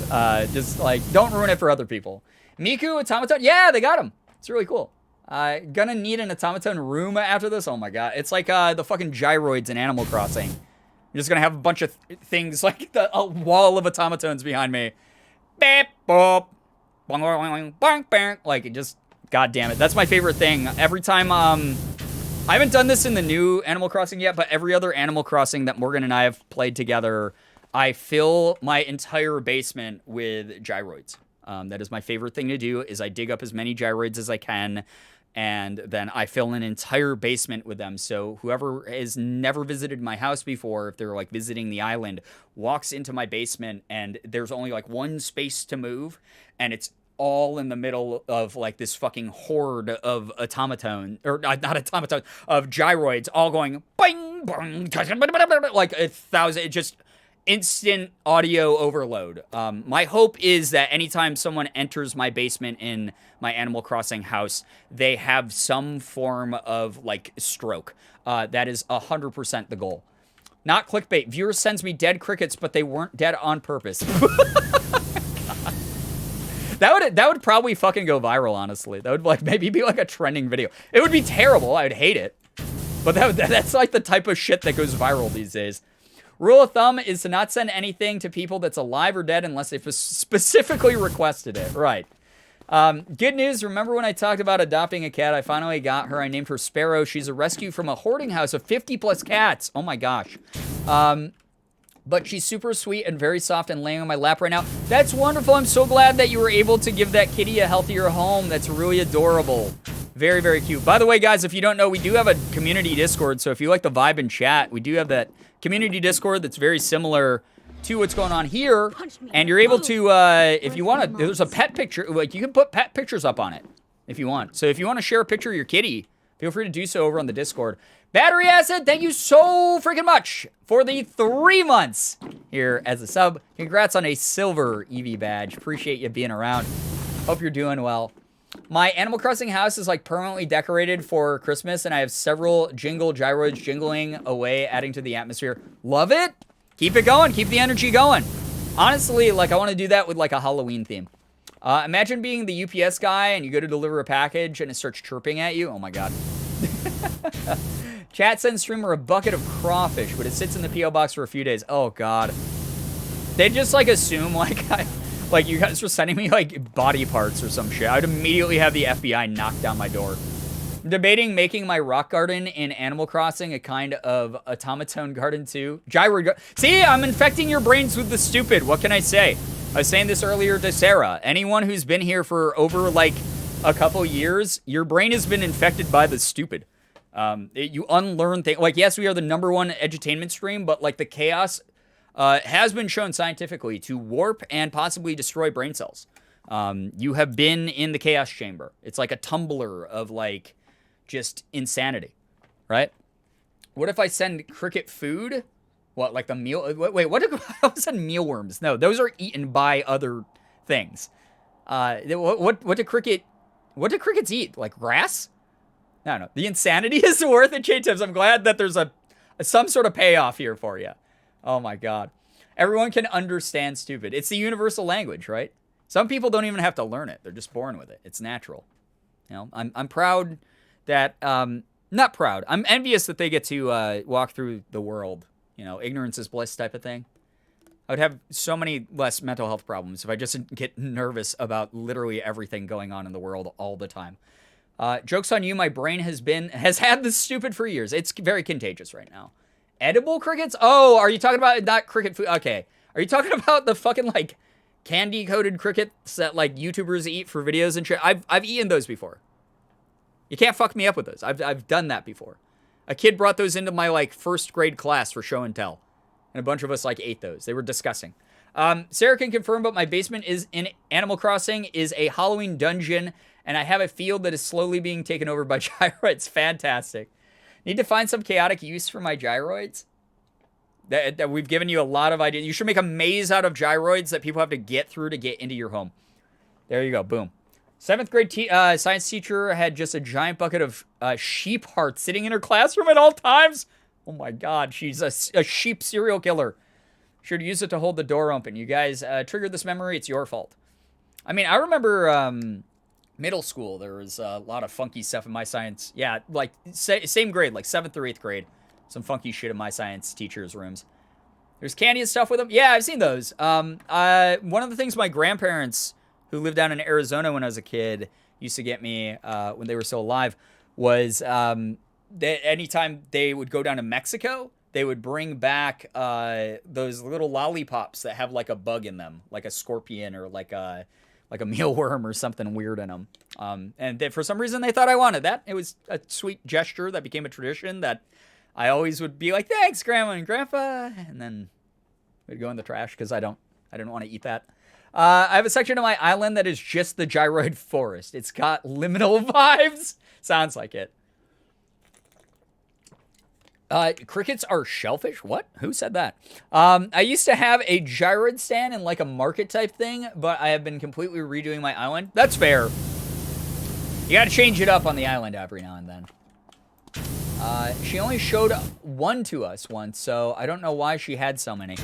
My teachers had frogs in formaldehyde and cow eyeballs. Those were the two things. Those were pretty fucking gross. Hi, back, Matt. Welcome back. I'm glad that you enjoyed your supper. Pesto pasta and roasted veggies sounds amazing. I think Morgan and I just got to start cooking together again. We've just been like, air frying and baking like really lazy food, like at-home pizzas and like mac and cheese and whatever the fuck. I think her and I need to cook again because that sounds like the type of meal that we'd both love. I'm gonna go bowl. Yo, enjoy bowling. Have fun. Thank you so much for hanging out, Kenna. Take care. Take care. I'll look into weird, fun things to send you. Thank you. Food talk. Yeah, food talk. Crickets. You know, everyone's favorite dish. Yamanaka, thank you for 37 months. I appreciate you. Speaking to someone who's been here long enough to have their brain turned into an absolute bowl of jelly by this community and this chat and these streams. Thank you for being here. Gotta go do some full moon stuff. Yo, enjoy the full moon stuff. Morgan and I were talking about the full moon a little bit yesterday. I may not understand astrology very well, but, you know, I like to learn as much as I can about it. I think it's really neat when she teaches me that stuff. So glad to be back. I missed. Well, it's so nice to have you here again. Silver Mirror, hello, hi, welcome to the stream. One of my bio teachers had cats. Oh, no. I don't like that. I don't like that. That makes me so sad. I don't like that one. Poor kitties. That is that's a comic book villain. Absolutely, CF Nature. Still in the shower, but I had to step out to say that dissecting sheep eyeballs was the coolest shit. We did a cow eye when I was like, I think in like 3rd grade. They exposed us to that shit already. It's like 3rd or 4th grade. I hated it, honestly. But ever since then, I learned the phrase aqueous fluid, and I loved saying that. It's like aqueous fluid that's like in your body, in various parts of your body. I don't think any of my teachers had any kinds of stuff like that. You escaped the trauma. Good news, all of the tests I thought I failed, I've passed. I was so surprised when I got the papers back. Kai, the YouTube head, what were we telling you? We were rooting you on during all this. I'm so glad. I'm so glad that you did well. We are proud of you. You're kicking ass. You're doing great. I didn't have to dissect anything, oddly. That is wonderful for you. And no one has to. You got health class videos to learn like the inner workings of a fucking mammalian body, you know? Ugh. My good news, I got my booster today. So far I'm feeling good. It's been about 8 hours since I got it. Silver, I hope that you don't get very intense side effects. Thank you so much for doing that, keeping yourself and other people safe. Dissected a turtle. Oh, ethnically sourced invasive species. So in grade 11, so sleep deprived, I was singing the Teenage Mutant Ninja Turtles theme song. Gallows humor, as some people have. Poor turtle. I would feel terrible if I had to do that. I felt bad enough having to do a frog in 7th or 8th grade. I didn't like doing that. My school district couldn't afford a real science curriculum, so we didn't get to do anything that cool. See, I thought it was cool, but I also thought it was kind of icky, and I wasn't like a big fan, because I love animals so much that it like, even though if they're like ethically sourced, or even if they were like already dead or whatever, I just wasn't a big fan of that. For myself, I understand why, like, especially biology students love that shit. But I would always just feel bad. In 3rd grade, my after-school science club wanted us to dissect a pig heart. I actually almost passed out, so that was fun. Oh, God, yeah, definitely not for everyone. I remember a lot of people, and this was back in, like, the late 90s that I was doing this stuff. So, like, people were a little bit less understanding about it. But a lot of kids got, like, notes to, like, duck out of that unit. They got permission slips to not have to do it. My dad, again, with the whole, like, oh, you're going to be a doctor when you grow up. You better be a doctor. You better be a doctor when you grow up. It was like, you have to do this biological thing. I'm not signing any permission slip to not make you do that kind of thing. That's how it was for me. It was a worm, but I almost took the F instead. Yeah, I didn't have as much trouble doing the worm because, like, worms are kind of, I don't know, they're fucking weird. But, yeah, anything that has, like, a face, not like the biggest fan. Like anything with like eyes. Oh, makes me sad. I'm a science person through and through, but the fetal pig freaked me out. Yeah, oh yeah, that was another one we had to do. I think that might have been 8th grade. I think frog was 7th grade and then fetal pig was 8th grade. That made me extra sad because it was like a baby. It's like a baby, dude. Oh man. Now I'm getting sad thoughts. We weren't allowed to dissect animals after the 8th graders chased everyone dead frogs. I was glad. So even though it was an evil prank, they at least saved the rest of you from having to do that shit. So that's nice. Very nice. Yeah. Dissected owl pellet. Oh yeah, we did that in like 1st grade or something. We dug through an owl pellet, which was so interesting. It was really cool to find out what was in that because that was very ethically sourced. Of like, our science teacher just rooted around for like owl vomit, essentially. So I think I was a vegetarian then, so I wouldn't have been able to handle it. Yeah, that's the thing is like, you know, anyone who's like vegetarian or vegan, that type of shit has got to freak you out a lot. I'm so sorry. Not great. Dissected an owl pellet in 7th or 8th grade and found a partial skull of something. Yeah, we found like a mouse skull in our owl pellet, which was very, very weird, very interesting. We did frogs and my partner freaked out, so I had to do it all myself. Oh no, that's the worst when you have to like bear the burden of all of it alone. I missed out on some freaky science stuff, apparently. Remember owl pellets? I did that in the 2nd grade. Yeah, I was really young when we did owl pellets because it was like, I don't know, when you're a kid, you're like so interested in that kind of thing, right? Oh, Blake Thrust texting us again. Obviously going that fast through the air generates a lot of heat. Yeah, that's true. My physics class got to make pumpkin chunkers. My groups did not do well. Wait, what's a pumpkin chunker? Huh? My groups did not do well? Once, oh my god, I just got super legs. Once land, it's possible to cook a beef bourguignon on its wings in less than 3 minutes. Oh my god. Amazing. Blake Thrust likes to brag a lot. I'm getting very Chad vibes from this guy. I'm not a big fan of him. I'm getting very, like, fake alpha, I spent a lot of time on Twitter putting down women vibes from this guy. We did do owl pellets in the 4th grade. That was pretty awesome. Yeah, owl pellets were actually kind of dope. The machines that throw pumpkins. Oh, the pumpkin, like, yeah, like the catapults. Cool. Yeah, we did one of those. We made like I think they're called trebuchets. Is that the word? The ones where it's like the physics are, it's on like a pendulum and you have to drop the weight and then the weight causes like the momentum to like throw the pumpkin. We did that too. Yeah, trebuchet. Thank you so much. Yeah, trebuchet. Thrust isn't even his real last name. Yeah, absolutely is not. It's a pseudonym for sure. Yeah, we did those in physics. Physics, we got to do a lot of stuff. We did an egg drop tower where everyone had to make a tower out of, I think it was like balsa wood. And then, no, wait, what was it? There was something interesting. No, that was for a science competition I was in. Never mind. With the balsa wood.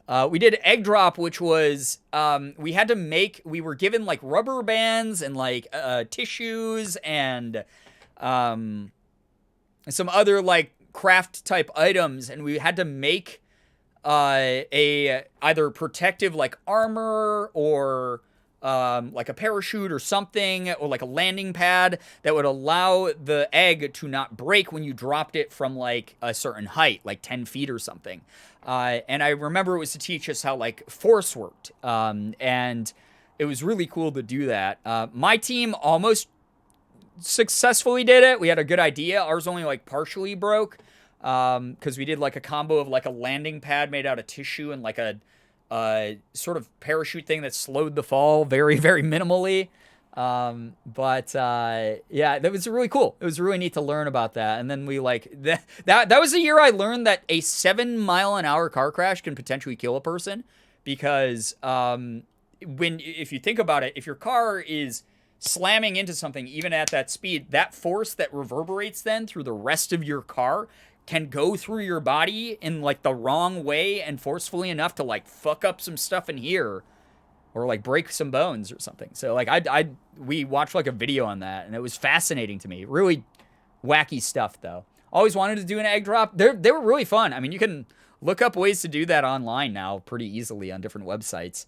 If you ever want to waste some eggs. We did an egg drop where we were going to drop them 10 feet. And then my teacher was like, LOJK, we're dropping them from the 3rd story window. Yeah, so to show us how to do it properly. So most of our class didn't fail, but they didn't have perfect eggs at the end of it. To show us how it could actually work, like all of us had like fucked up in some way with like the 10 feet thing. Like none of us passed 10 feet, which was just like the regular amount. And so he was like, here, let me show you guys how to do it. And he had set up his own mechanism and he dropped it out of his window, which was the 2nd floor of our school, and his survived. And he was like, look at that. Cause we had all done ours on like the physics room, classroom floor. So, all right, talking egg drops. We are talking egg drops. It was one of my favorite experiments to do when I was, in physics back in the day. My group's egg drop was only lost because Luke didn't want to run up the stairs and he threw it back up to us. We didn't catch it and it landed egg down. So he just, user error, fucked that one up. At our school, I think we had to do 3 times, once off the ramp, once off the bridge, and once off the roof. That's kind of dope. That's kind of cool. I was besties with the physics teacher. Yeah, my physics teacher ended up being my favorite teacher by the end of my school. One of my favorite teachers. Like, he was someone who just put up with my bullshit, which was great. Because he knew that I loved physics and paid enough attention in class, even though I was constantly a nuisance. Me and my partner were the only ones that had all 3 eggs survive. We had to put 3 together and have them all not break. Wow, that's crazy. Yeah, we only had to do the one, I think. We always did ours from the top of our school. I used diapers for mine and they worked. Yo, yeah, that's a good thought. I did really cool things in physics, but the egg drop is the one thing we didn't do. That's too bad. Well, again, if you are feeling the FOMO now, you can go and you can probably set up an egg drop experiment very easily based off of online instructions. I wish we did egg drops. We dissected cow and lamb hearts and lungs in elementary school.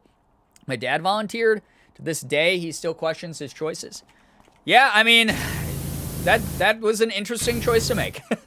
Fortunately, we didn't have to dissect anything in physics. Physics was a nice... I enjoyed physics because I didn't have to fuck around with chemicals and I didn't have to, like, dissect anything. I didn't have to memorize the parts of a body. It was just straight up formulas and I got to learn why certain things do the things they do in the world, and I was like, this is really neat. I am learning. I feel smarter.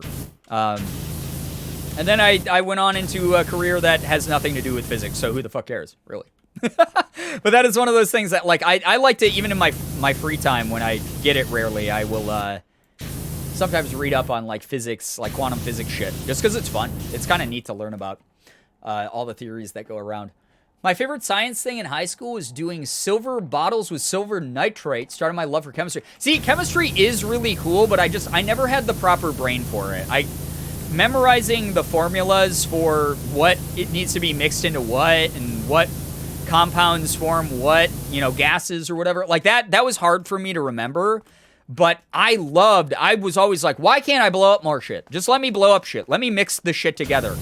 Like, sure, I might not know why they do the things that they do, but I just like to do it. If you tell me 2 parts this, 1 part this, I will put those together and enjoy the reaction. I like doing that. I remember eating nitrogen frozen marshmallows. Damn. That's really cool. I like that.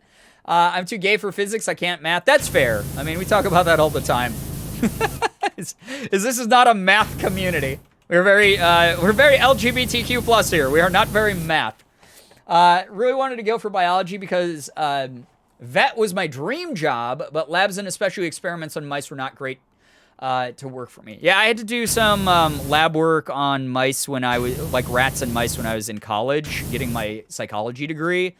And well, first of all, you guys know I have a fear of needles, so I was never the one who got to inject them, which was fine because I didn't want to begin with.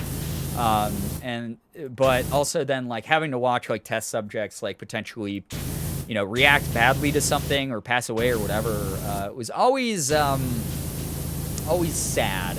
I wasn't a big fan of doing that stuff. I liked the more, like, Pavlovian or, like, Skinner box style experiments where it was like, oh, I get to reward this rat with, like, a piece of corn because he did really well at this, like, maze or this mechanism that we're studying. I wasn't a big fan of administering, like, the drugs and the chemicals and stuff like that. It just was, like, very yucky for me. That's why I wouldn't go into psych either. It was one of the other things I was interested in. Yeah, psychology, I enjoyed a majority of my education for it, honestly. And I got to use it for a little while. I got to be a counselor, which was neat. But it's one of those things. It's a lot of different things rolled into one. And it's...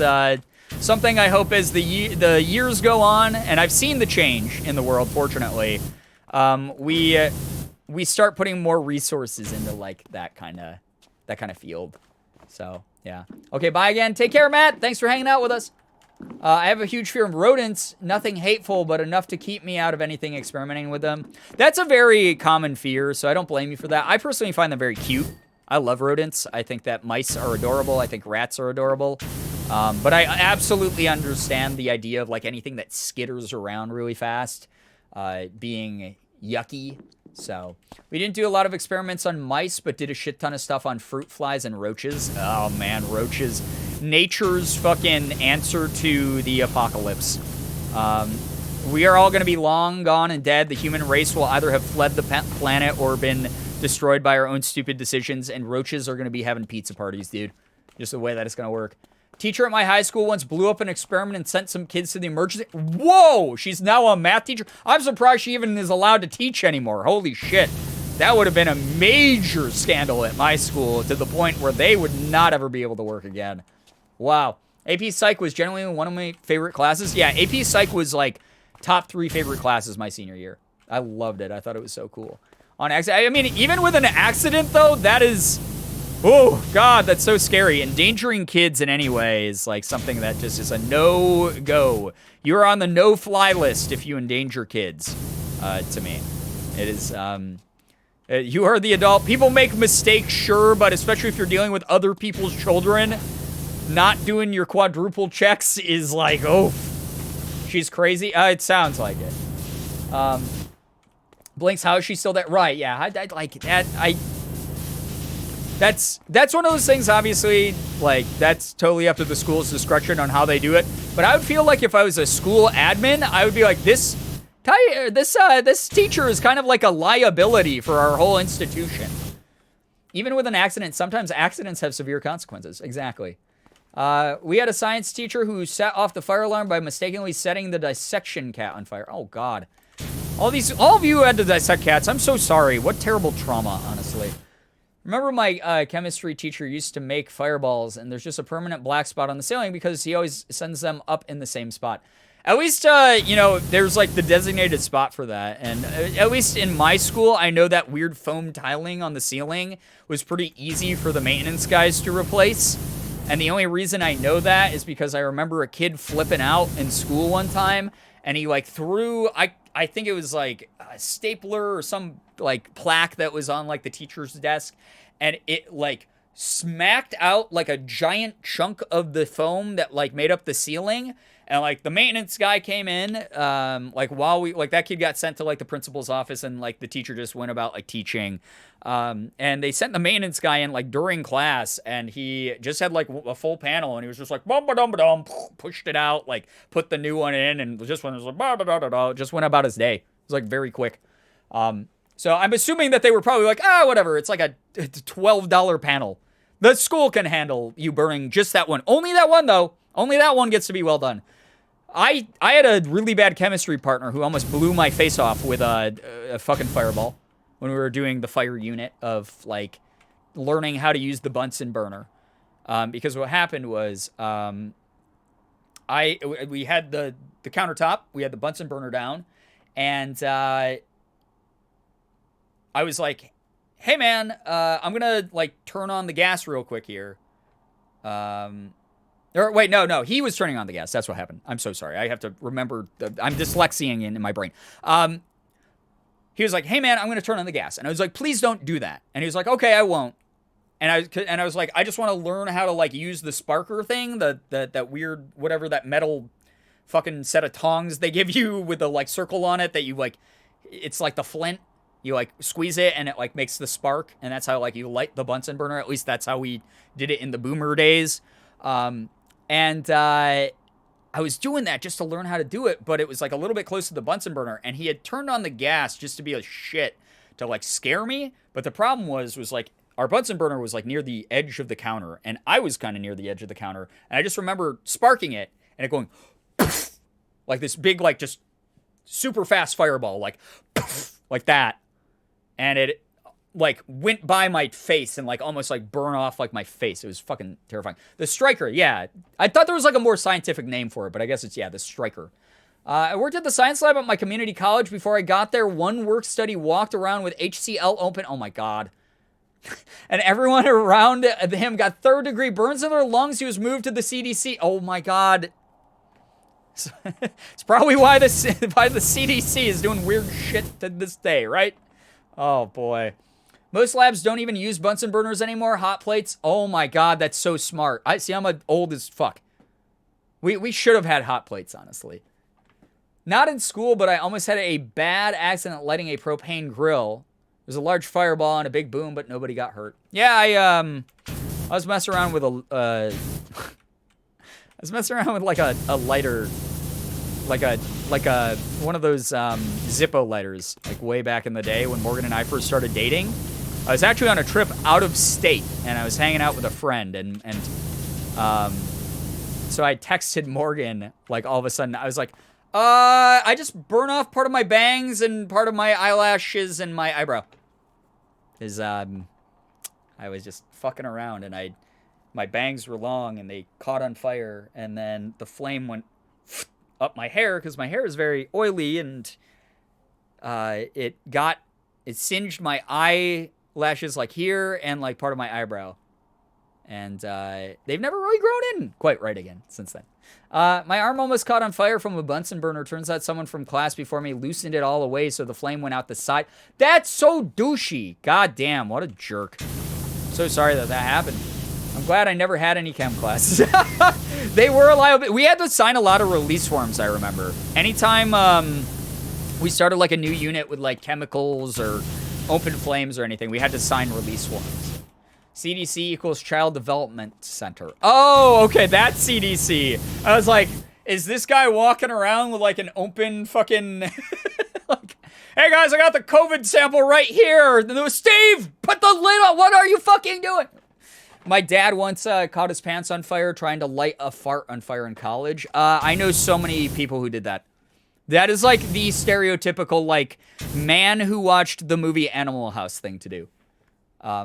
One time I got to yell boobs in class because we were analyzing Shakespeare poems, and this one was about his wife getting old. The teacher asked what a certain word in the poem meant, and I yelled boobs, and he was like, yeah. Hell yeah. That's a powerful moment for you. Seriously. Absolutely fantastic. I took a Shakespeare class as well because I was in advanced English, and I enjoyed... it was when I was going through my very intense theater kid kick. I was in musicals. I was in theater stuff. I was in chorus. I was in Shakespeare class. I really, really wanted to be a theater kid. I mean, I was a theater kid. I was really devoted to the lifestyle, I should say. I don't remember yelling boobs in the class, but that's fun. Titties, yeah. That's where I got my stupid from. I mean... You find the source of it at some point in your adult life, and you go, oh, it all fucking makes sense now, right? I told a student how to pronounce a word in Much Ado About Nothing, and he looked at me and said, no. Theater was so good. I loved it. I love theater to this day. I mean, one of the things that is kind of nice when I audition for voice acting roles now is... they're always like, tell us your background in like acting or whatever, and I'll always get to be like, I have a background in traditional theater, all the way through like college, improv, traditional voice acting stuff. Like, it's really cool to be able to like layer on all that and be like, yeah, I have acted before. I've done like student film and theater productions and shit like that. Like I've worked my way around a set before. I want to get up and get some more water, but I have a sleeping kitty on me. SOS. CF Nature, that is where you stay. If you move and disturb that kitty, you will not be able to be You will not be able to be cleansed by the holy water that I am spraying all over this airplane right now. My senior musical was The Addams Family. That sounds so fucking fun. That's great. Much Ado About Nothing was my senior play. Damn! Okay, cool. Very fun. I've said it before, I'll say it again, Pitt was where it was at. Yeah, I know that there's a lot of people here who are in Pitt Orchestra or part of the dance corps or got to do like any of the like tech stuff. We've had this talk like a million times. Again, you guys are, anyone who's subbing right now or giving me money in any form, you're literally paying for reruns. I hope that you know that. You literally just got like you got a membership for Paramount Plus, except instead of watching the new and original programming on it, you are rewatching the same Star Trek episodes over and over again. That is what subbing to the stream is. Yeah, but we've talked about this a million times. It's amazing that a lot of you were involved in theater, but for the supplementary stuff like tech and Pit Orchestra and dance corps and stuff like that, the shows don't work without you. I used to remember a lot of the fucking theater A-type personality kids that I was with who would just be shitty because someone was like on the tech crew. They would just be like these weird divas, and I'm like, we're in fucking high school. You're not starting your career out great, bud. And they'd be like kind of shitty to like tech crew or like, oh, you're just a part of the dance corps or something. And it's like, all right, first of all, fuck you. Who the fuck are you? You're in a high school play. You're 17 and, you know, your balls haven't dropped. Shut the fuck up. Like, I don't know. It was always a weird thing to see. Meanwhile, I would go out of my way to be like, guys, you moved the light on me at the perfect moment, and it made, like, the stage light up, and I could do my monologue, like, really fucking well, because I knew that the light was on me, and it felt like the fire that's supposed to be in the scene was, like, blazing around me. Like, thank you. Like, I always, like, went around trying to make sure the tech people, like, knew they were awesome. Because those shows don't work without all of those components. All those components. Took one theater class and played saxophone for 3 years. I'm one of the theater kids. Hell yeah, exactly. It doesn't matter how little theater you did. If you were involved in a production, you're a theater kid. In a good way. Not the obnoxious TikTokers who did. 5 years of choir, and I still can't sing on Rock Band without fear. I mean, that is just performance anxiety is very real. How long have I been doing this? Almost a decade. I've been doing YouTube and live streaming and hosting gigs for, like, you know, events and conventions and shit. Anytime I'm asked to do anything by a company, anytime I, even for some of these regular streams, before I hit the go live, turn on my camera, I'm sitting here, I'm like, what if I fucking suck? What if this is the, like, moment that everyone's like, you know what? Brian isn't entertaining. He's actually fucking boring. And it, like, everything that he puts out in the world is redundant and stupid. Like, I have that thought pretty regularly because I've worked through imposter syndrome and anxiety. Performance anxiety is a very real thing, and it doesn't matter how experienced you are. There is a good chance that you'll feel it at least once. I told you guys, Ethan and my tradition before any live panel or hosting gig that we've done together is we try to talk each other up, and we get really fucking nervous because we both have, like, some level of performance anxiety, and we do what's called nervous poops, where we go to the bathroom and we're, like, so nervous our tummies are off, and we go, all right, time for us to go take nervous poops together. And we go and find the closest, like, restroom, and we take nervous poops. You know, we talk each other through it, like, hey, how's your poop going? I hope you're doing well. You're going to do great today. We're going to get up there. We still got 20 minutes. We're going to be fine. We're going to do great together. That's what we do. That's been our tradition since, like, day one. Nervous poops and pees. You hold hands while pooping. We do not hold hands under the stall door. We normally put a stall between us because the anxiety exists of, like, you know, we don't want to out-poop each other. That would just add pressure on the other person, you know?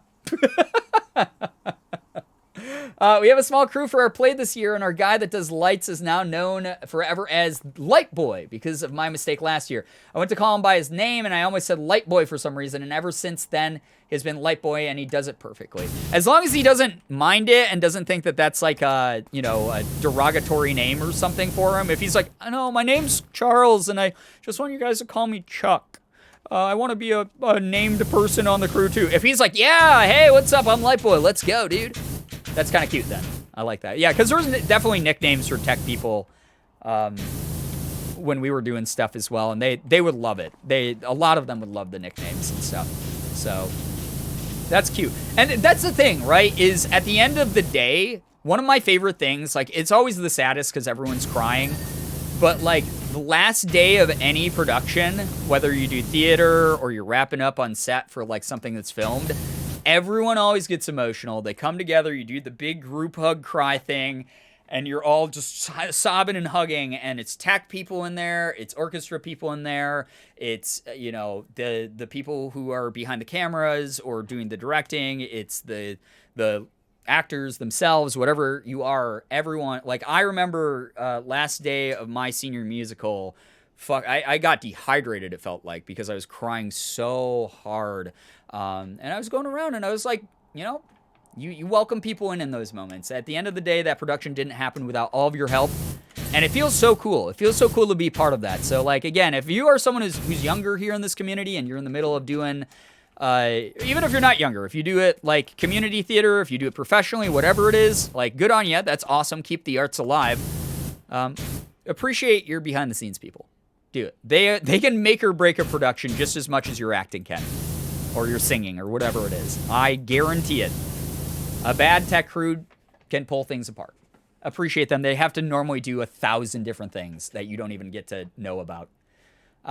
He embraces it. We did a skit last year, and he was a superhero of that name, and his arch enemy was Lampshade. I fucking love that. That's actually so cute. I love that a lot. It's really, really good. Realized I was late on Felix's dinner, and I walked in my room, and he's sitting at his bowl just staring. Oh, yeah, that's the kitty thing. That is the kitty thing.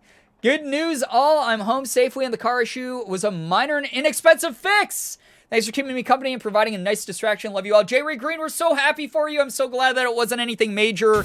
I was keeping my fingers crossed for you for that. I'm so, so happy that it wasn't something that was going to mess up your day or bank account in any way too much more than it already had. And I'm glad that we could be there for you in some kind of way. We just want to vibe out, you know? We want you to be able to vibe out even if you're having a stressful time and IRL stuff, you know?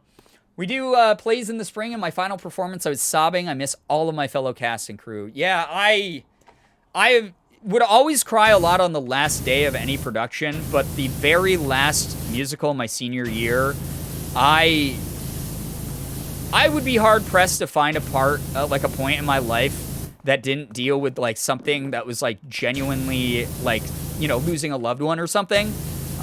That where I cried that hard. I don't know if there's anything that like has felt more bittersweet in a moment. It just, man, there's nothing like that, right? Being like, we put this together, we made this happen together, and it did so well. We're really proud. Again, going all the way back to Kolak. If you guys haven't seen Hyper RPG's Kolak on Fear HQ TV, the new season of the ongoing Kolak tabletop RPG that Hyper made years ago. This round is produced by both Zach Eubank, the COO of Hyper, and Ethan. Ethan helped executive produce it as well. But when they wrapped on Friday, if you guys missed the show on Friday, I highly recommend going back and watching the VOD. The production value, the amount of just incredible storytelling twists and live acting that happened during that was so amazing. And just the vibe of even like the in-between pre-recorded segments was so good. But I was texting Ethan right after that wrapped, that first episode, and he was like, dude, I am so fucking proud right now. And I am too. Like, that shit is awesome. It's so cool. The set that they had is amazing. Please go check that shit out. It makes me want to move out to LA just again so that I can get involved with that kind of stuff, because I know that Zach wants to work together again at some point, and I would love to work with him. He's an amazing storyteller. And everyone that I've gotten to like do any sort of like goofy content or acting with out there is very easy to bounce off of chemistry-wise. So I feel like it would get me back into doing like more live act stuff. I wanted to get nice photos with all the cast and crew after the last show before graduation, and literally everybody's faces were red and snotty. Yeah. Oh my God, the number of cast pictures that I have from what would happen is, so our high school theater we had like the theater, and it led out into like the main hallway of like the school, like the main entranceway hallway. And so there's all these pictures of the last day that I have of just people in full costume with their makeup running down their faces, or like hugging each other like really tight and stuff, just because like we all funneled out into the hallway and we're all like so emotional. Wi-Fi is going in and out. I'll hopefully be back once it's stable. Fallen, if I'm not here, just to let you know, Morgan will be streaming here tonight as well. So you guys can check out her stream, get some good vibes, and hopefully encourage her.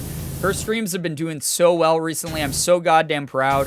I've been saying it for a while. I want her streams to outpace mine so that I can just be like a fucking house dad and like rest and relax and work on my industry side stuff a little bit more and not have to feel as much pressure doing like streamed content when I'm not feeling up for it, or like video content when I'm not feeling up for it, because obviously I'm not going to be able to do content the rest of my life. It's just, I mean, I'd like to in some form or other, but it's going to evolve, you know? Like I really want to get into acting and voice acting again, maybe start making music again, whatever, like long form stuff that's going to like keep me in this industry for a while in ways that are always going to be fun and new.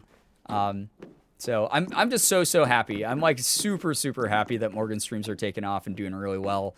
And it's given me a lot of time to be able to concentrate on other things and make sure that I'm pursuing like big things that get me on big companies' radars, like I'm in the midst of. And again, I'm so sorry I can't reveal more information about upcoming content from me working with big companies. But again, I haven't gotten this many professional deals that I have in the first 2 months of this year in my entire, like probably the rest of my career put together.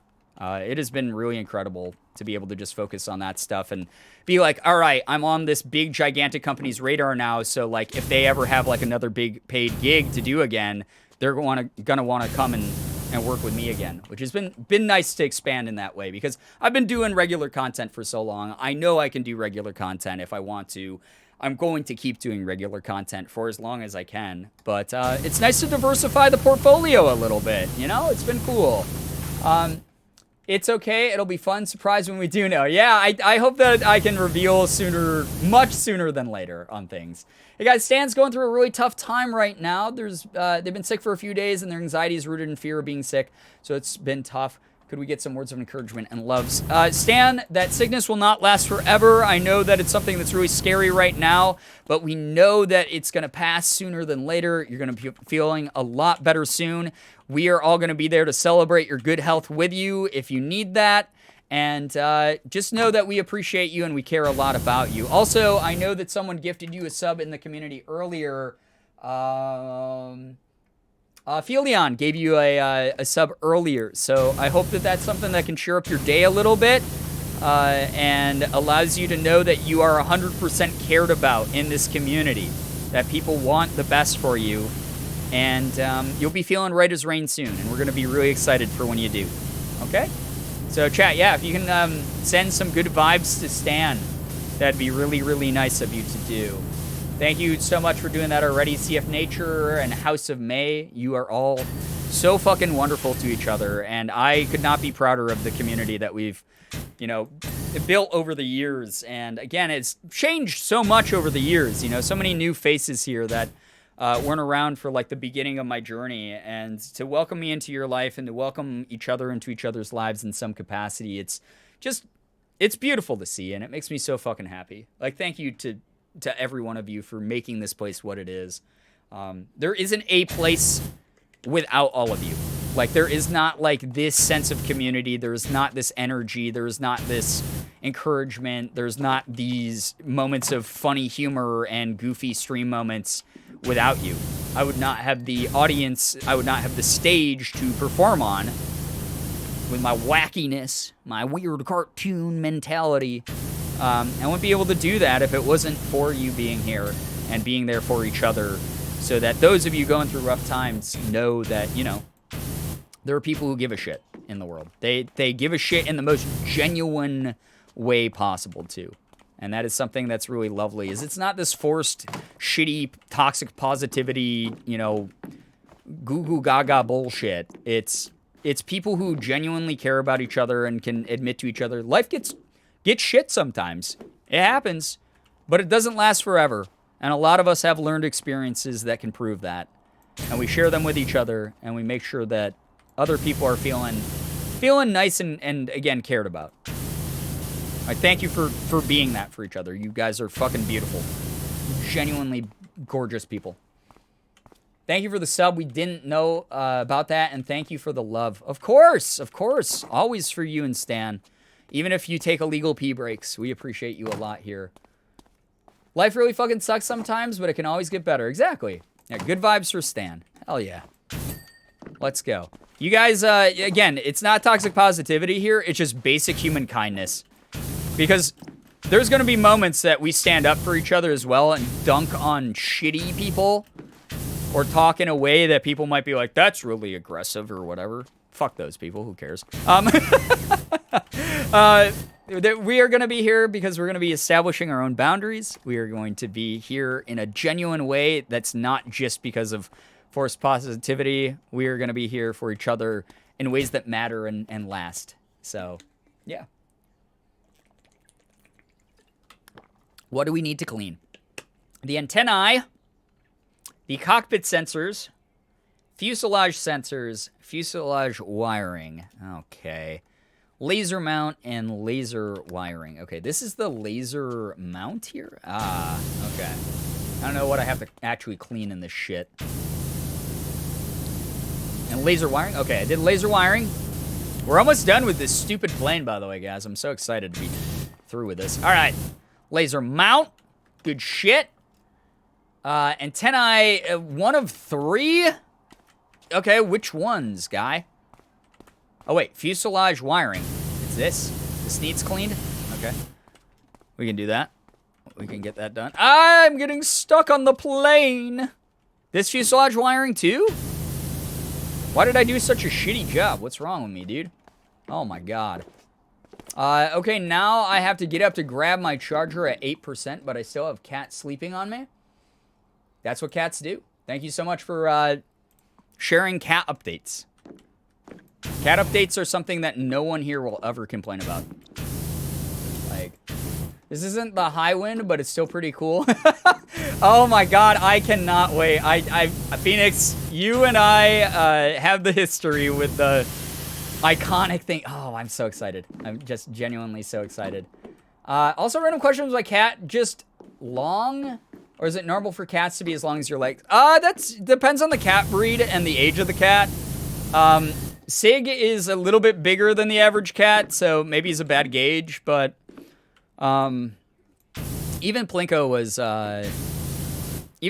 like a you know, he's a pretty long boy. Like if he laid on Morgan, Morgan would do this thing where she'd lift him up from behind and like she'd lay down on the couch and put him on his back against her chest, and he'd like stretch his little toes out, and he was almost as long as like her legs.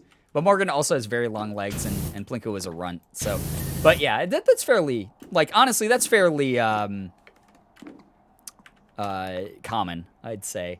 All right, antennae. We only have 3 of these bad boys. Which antennae is the question? These are static wicks? What the fuck are antennae, dude? Also pretty short. My kitty is almost my leg length, and he's not a huge guy. Yeah. Even runts can be a little surprisingly long. Yeah. Some cats are just big, big boys. They're long, long. God. I heard that people in the community were sharing the gospel of Long, Long Man. Thank you for doing that. Appreciate you for spreading our React content. Good shit. Hilarious fucking... hilarious commercials. And what a twist, you know? What a twist in those. But yeah, most kitties are long, long boys. Long, long boys. She's just over a year old, and she's a domestic short hair. I'm 5'5". Yeah, no, that sounds about right, honestly. Tiger gained weight because he's living in a bathroom right now and getting less exercise. Cats will do that over the years. Cats are very stretchy. Yeah, they like to point their toes and be stretchy guys. Like every time Sig yawns, he's like stretching his paw out really long or whatever. Oh my goodness, I thought I blocked Long Long Man from my memory. Don't block it. Embrace it. It's beautiful, and it tells a glorious love story. Like, truly beautiful love story. D-Tune showed us the Long Long Man commercials in his last stream, and my mind was blown. Yeah, you know where he got that? It was because Bree from our community told him to watch them. So we kicked off that train. I'm taking credit for that fucking meta. D-Tune out here freaking...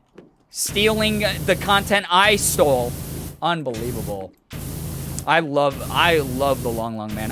Long Long Man commercials I've known about. I think those came out when I was in college. Many years ago.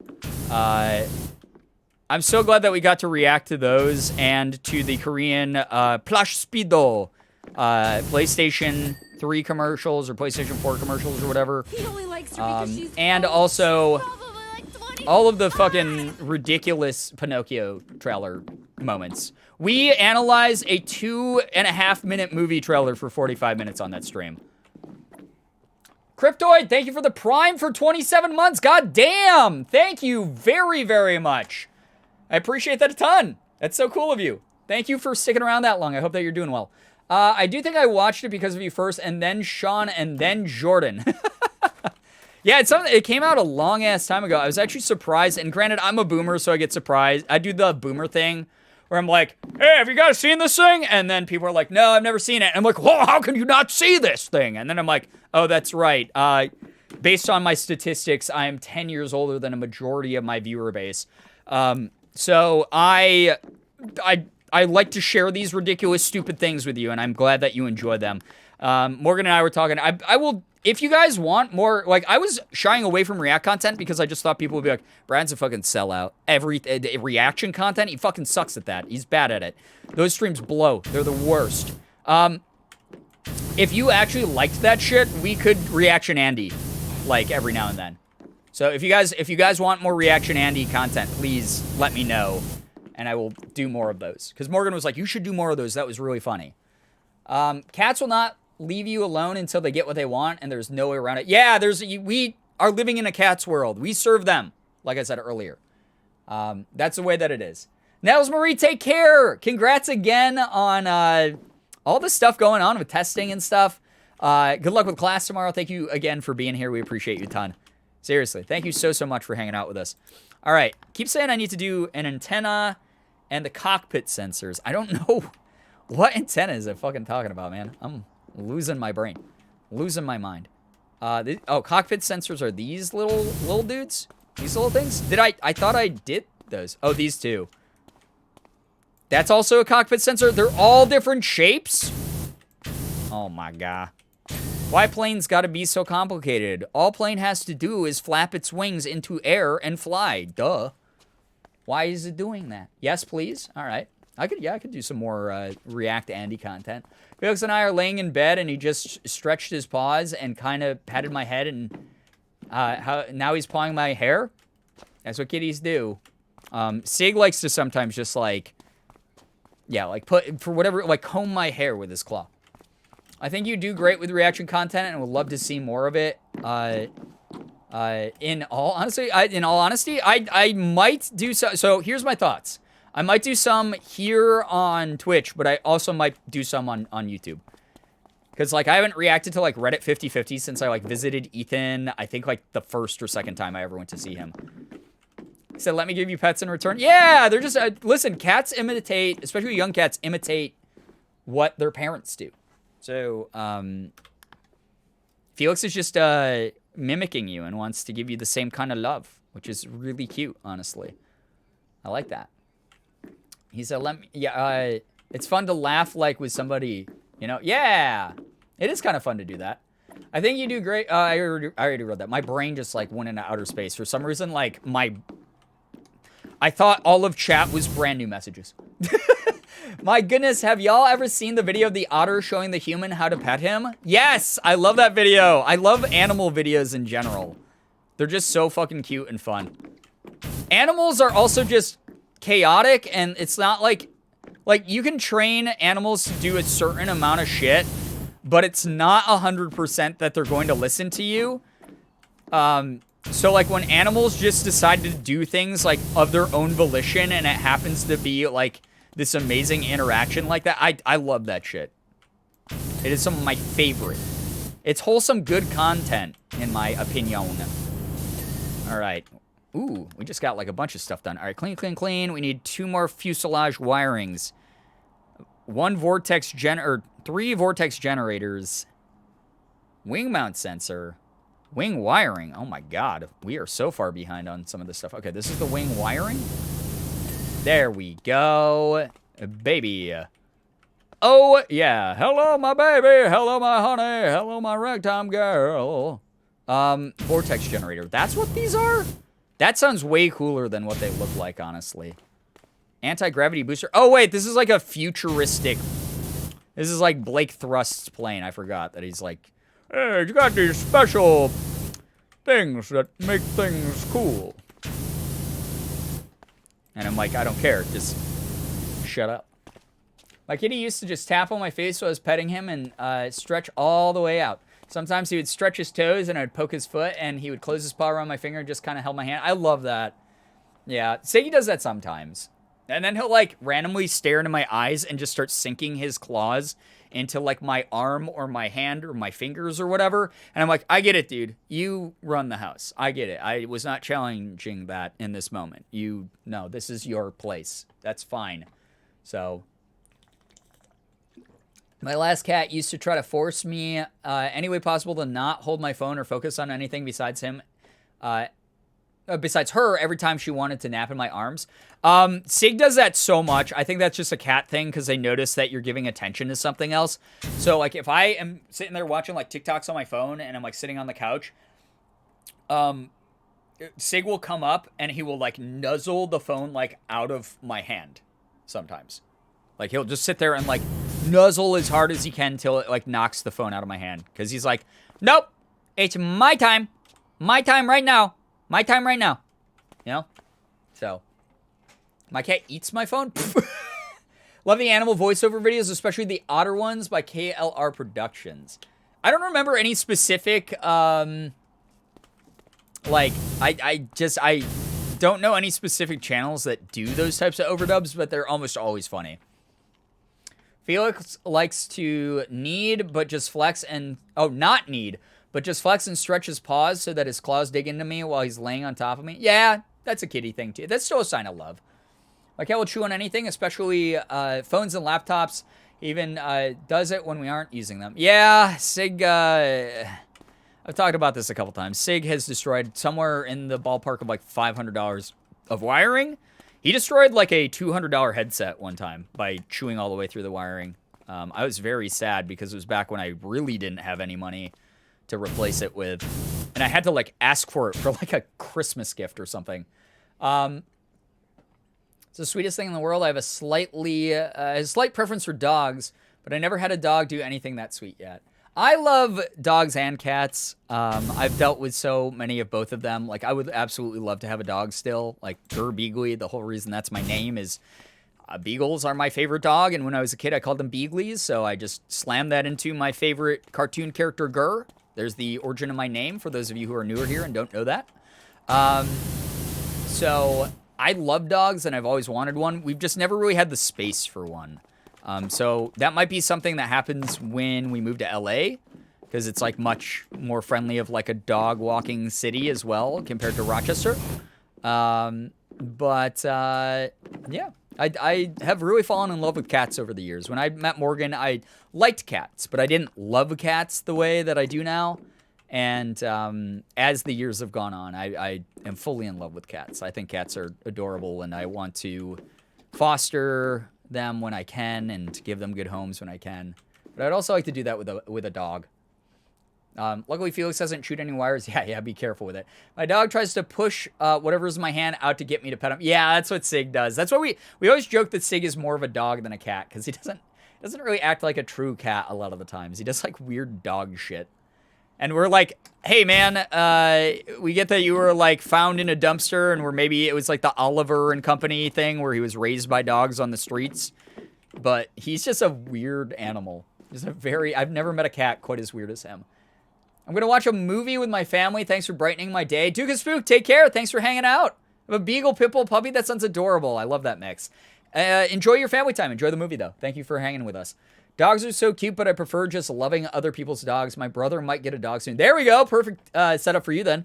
Valid as hell. I'd love to have a cat and a dog. Cat, dog, cat, dog. Dogs are a little preferred, but both are so wonderful. Yeah.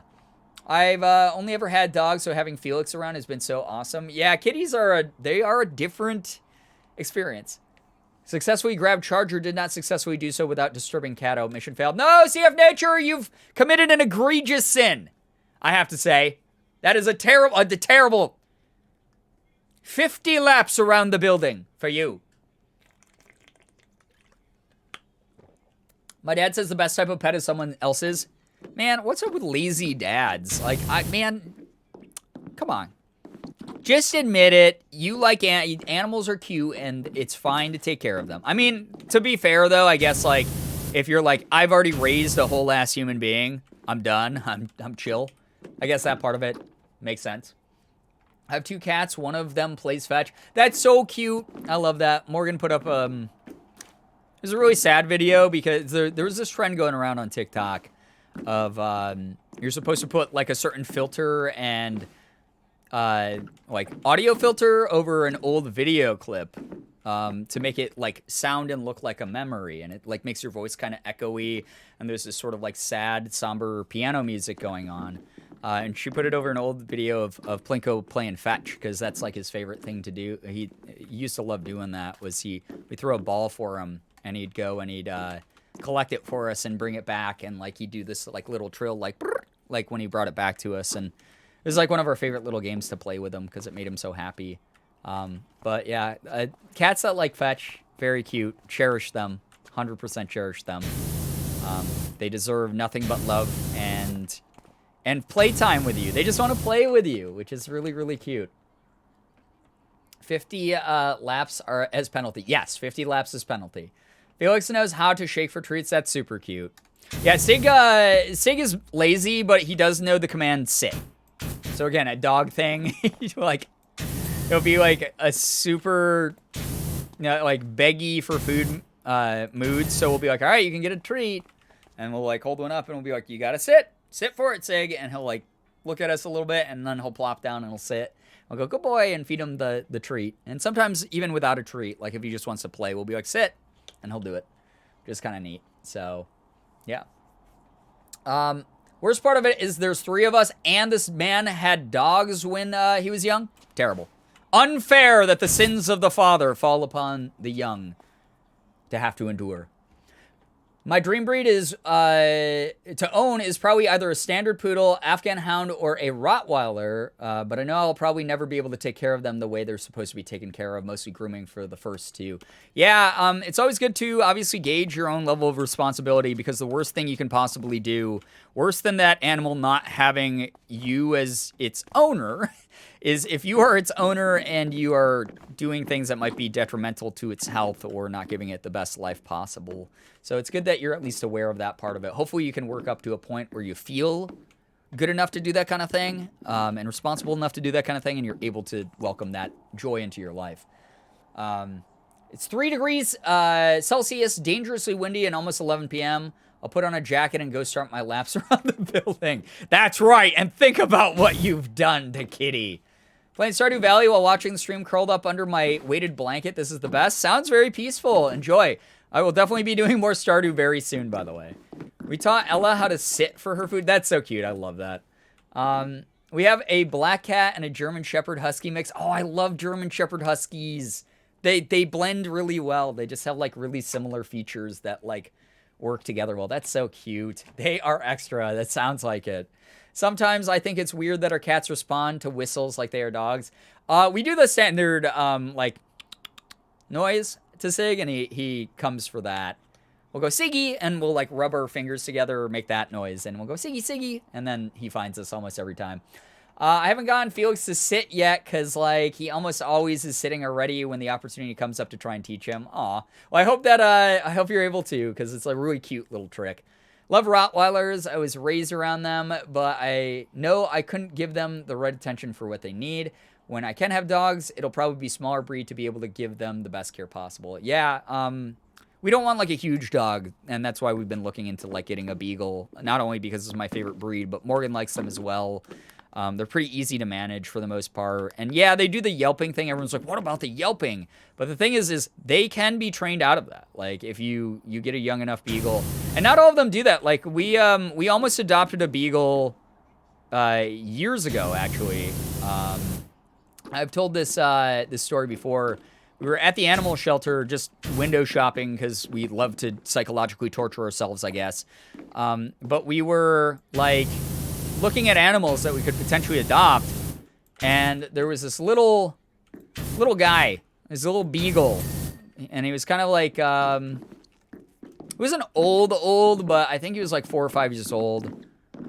So he had like a tiny bit of like gray on him, but that could have just been his coat pattern. But the way that the animal shelter was talking about him, they were like, yeah, he's been here for a while and he's kind of old, and his name's Murph, and he was just like the perfect little dude. He was just a cute little beagle guy. And we got to play with him in one of the private playrooms because we were like, can we take a look at him? Because we were seriously debating getting this beagle. And he was so good. He already knew how to shake. He knew how to sit. He knew how to roll over. He knew all these tricks. We got to feed him treats. He didn't bark at all unless we were like, Murph, speak. And he would do the beagle like super yelp thing. But he wasn't like screaming at us or anything like that. The one sad thing is he started choking on one of the treats. And we like panicked. We were like, what do we do? Oh my God. Like, do we give him like a little Heimlich or something? Because he was like, and then he swallowed it and was fine and was like really happy and looking at us. And we were like, dude, you could have, like, this would have been horrible. Oh my God. First day we met you, dude. Because he was just like so eager to get the treats, I guess. But he was cute. And we were like, we have to talk about it overnight. We have to really think about, are we going to get this dog right now? Are we in a place where we can get him? Because we didn't, scary funny. It was terrible at the time, kind of funny to think back on. And we decided overnight, we were like, we're gonna get this dog. We're gonna get Murph. He seems perfect. We can give him a good home. People don't want him as much because he's not a puppy. And we were like, but he's already trained and he's such a good boy and he's so nice. And we went back to the shelter and they were like, yeah, someone got here before you guys. And, to be fair, we knew there were some other interested parties, but no one who had made like a hard stance on him yet.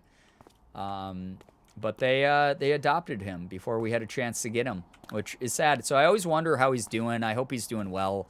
That was probably like 10 years ago or something. So he's probably old boy, 14 years old or something. But we really wanted him. We hope that he's doing great because he was just the cutest guy. And he was so well behaved. And again, like anytime anyone's like, oh, but beagles, they yelp all the time. They're annoying dogs. And I was like, nope. You never met the right beagle, I guess, or you never bothered to train, like the people who have them never bothered to train that out of them. In a way that like made sense for them because they were like young, you got to do it when they're a little bit younger. So, and it's just like dogs are going to bark sometimes. I never fucking understood that. That's the thing that drives me insane when I hear that one. Oh, dogs bark all the time. No, they don't bark all the time, but they bark sometimes. Every dog fucking barks sometimes. That's how they speak. They get excited or they get angry because they see another dog across the fucking street or whatever. They're gonna try to talk to that dog. They do the dog thing where they go, hey, you, I'm a dog too. How are you being a dog right now? Are you a good dog? Okay, I'm a good dog too. All right, goodbye. Like, that's what dogs do. They just talk. Dogs talk. They're dogs. So anyone who's like, oh, dogs, yeah, I can't have a dog because they're just too noisy. It's like, I'm going to get a dog that's not noisy. It's like, good luck. I mean, some are quieter than others, but they fucking talk. They're dogs. So again, weird takeaway by some people who like just, there are dogs who are less, there are dogs who are less vocal, but all dogs talk.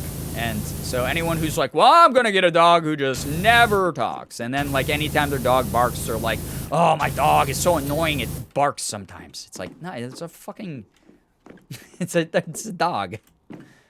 Now she's burring at me. That's what kitties do. Sig sounds like he's an idling motorcycle. If you don't like that, they talk, I don't know, just accept you on a dog person. Right, exactly. Dogs bark. Cats meow. Yeah, exactly. Although I will say that over the past like year or so, Sig has gotten so much more vocal.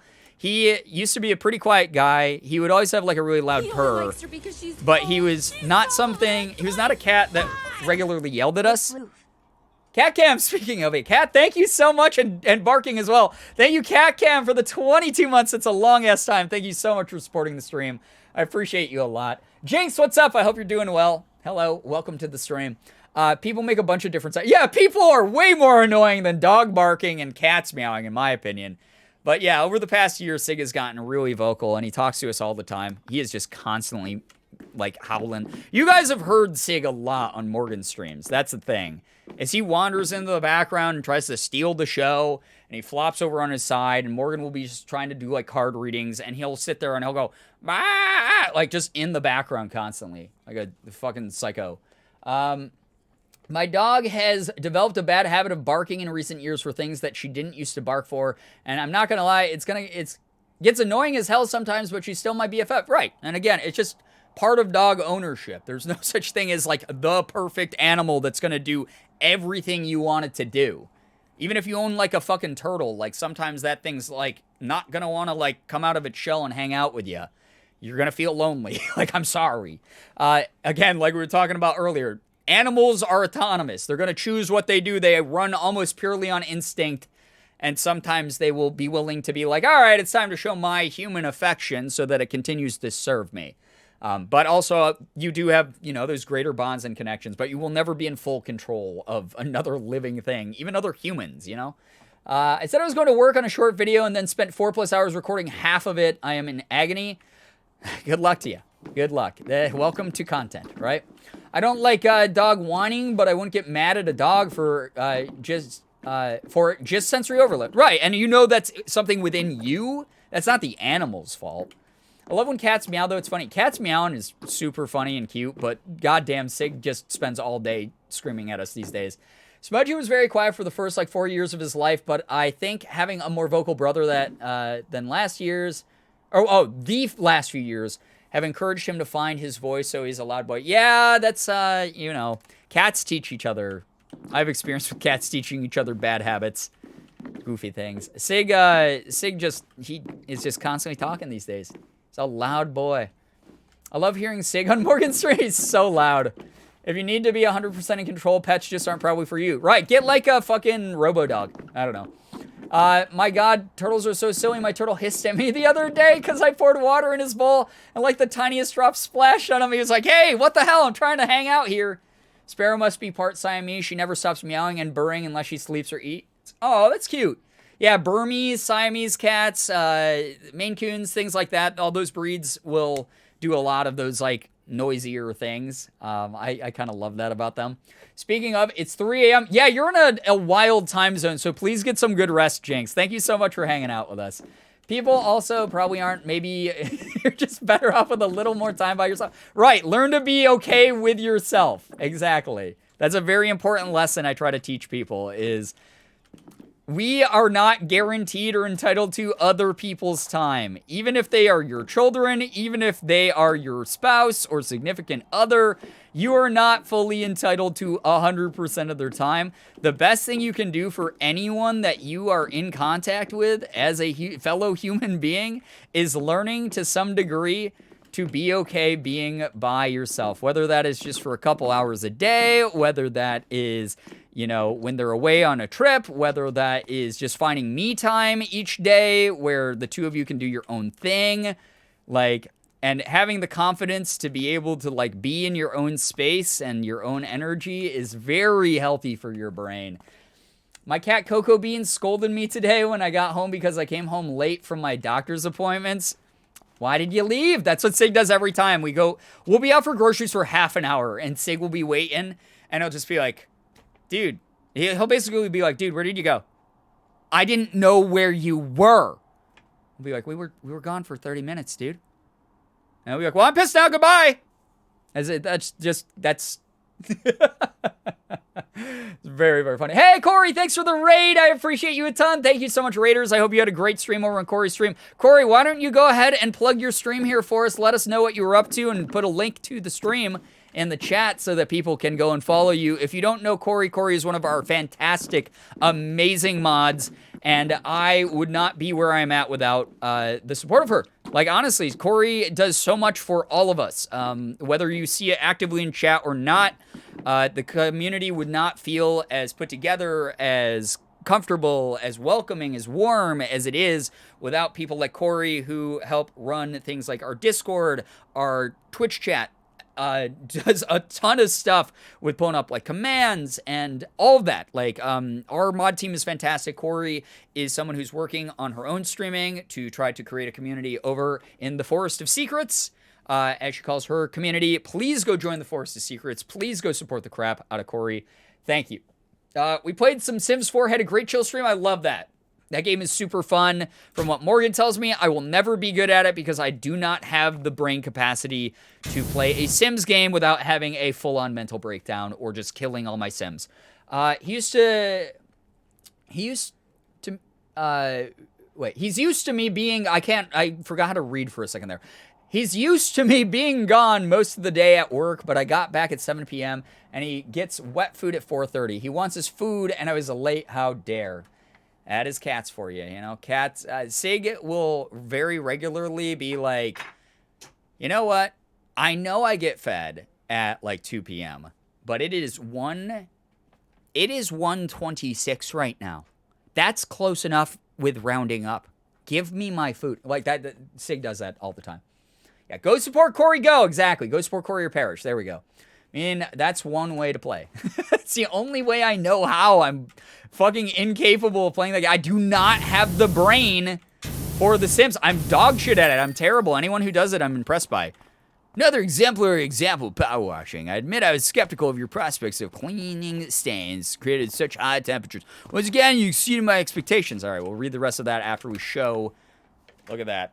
Look at that. The time lapse of us cleaning the plane. Our little guy going everywhere. I'm just a little guy.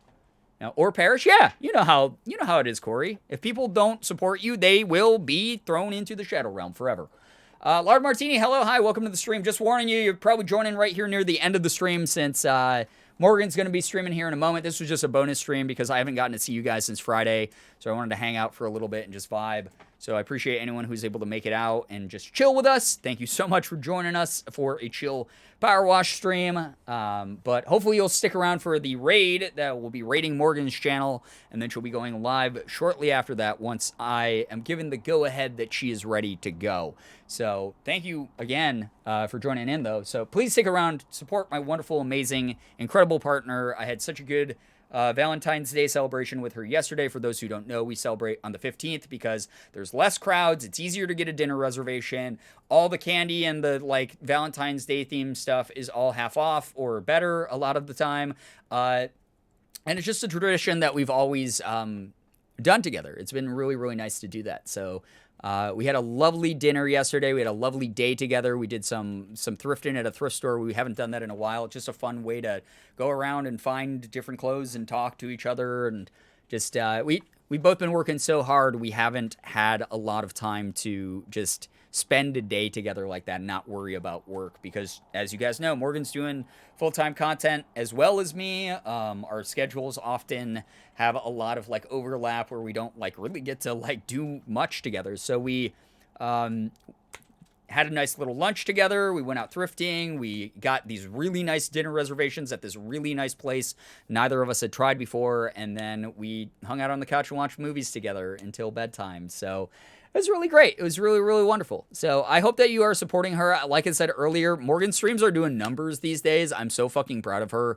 And I want to continue to see her flourish. I want to become obsolete in this relationship, honestly.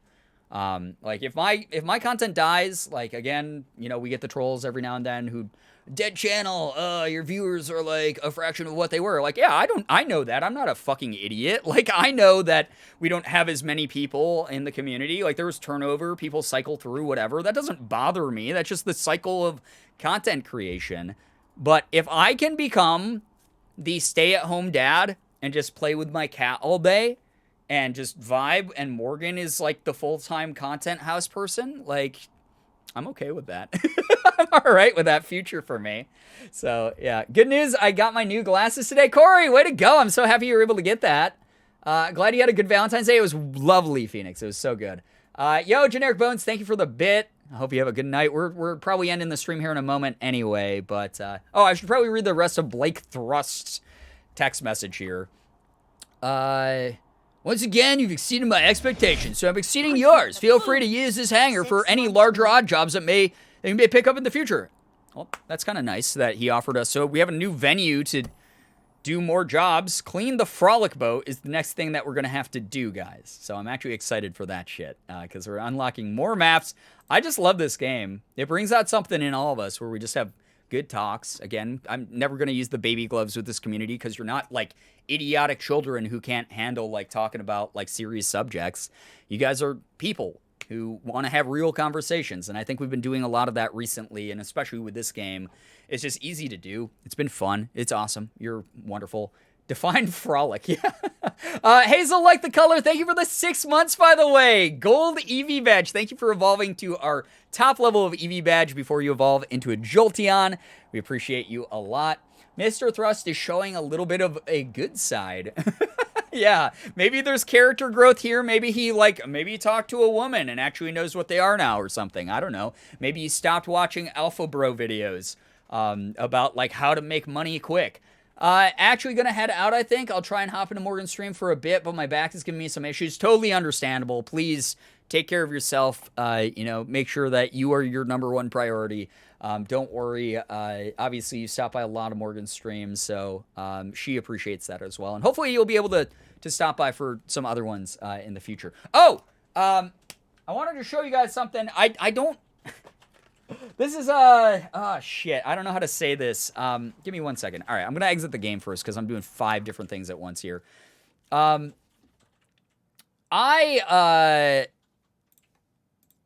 me 1 second and just shut down Steam and everything, guys. Get all the screens back on the other screen so y'all can see me. Y'all can see what's going on. Oh, no. It's not an oh, no thing. It's a cool thing. Again, I'm... Okay. How can I say this in a way that... Because I haven't gotten confirmation on how much I'm supposed to say right now.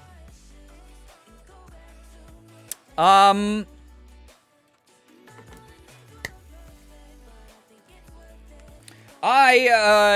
will say only this much. I will not offer any specifics.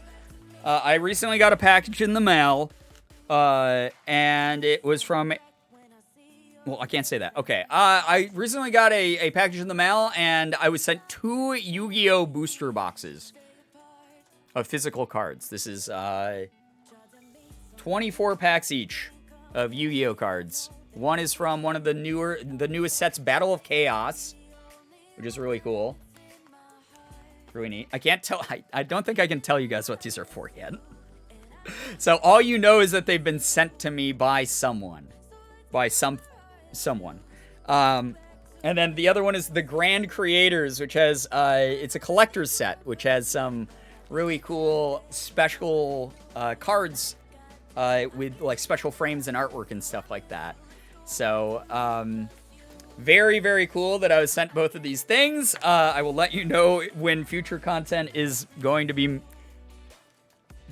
made with those things. But I was really excited. I opened the box today and it was like, oh my god! Like, I was like, yell. You can ask Morgan. I was screaming. I was very excited for it. Interesting. Yes, very interesting, Battery Acid. It's... My life is a fucking cartoon show. I don't understand it. I do not know why I get sent the things that I do.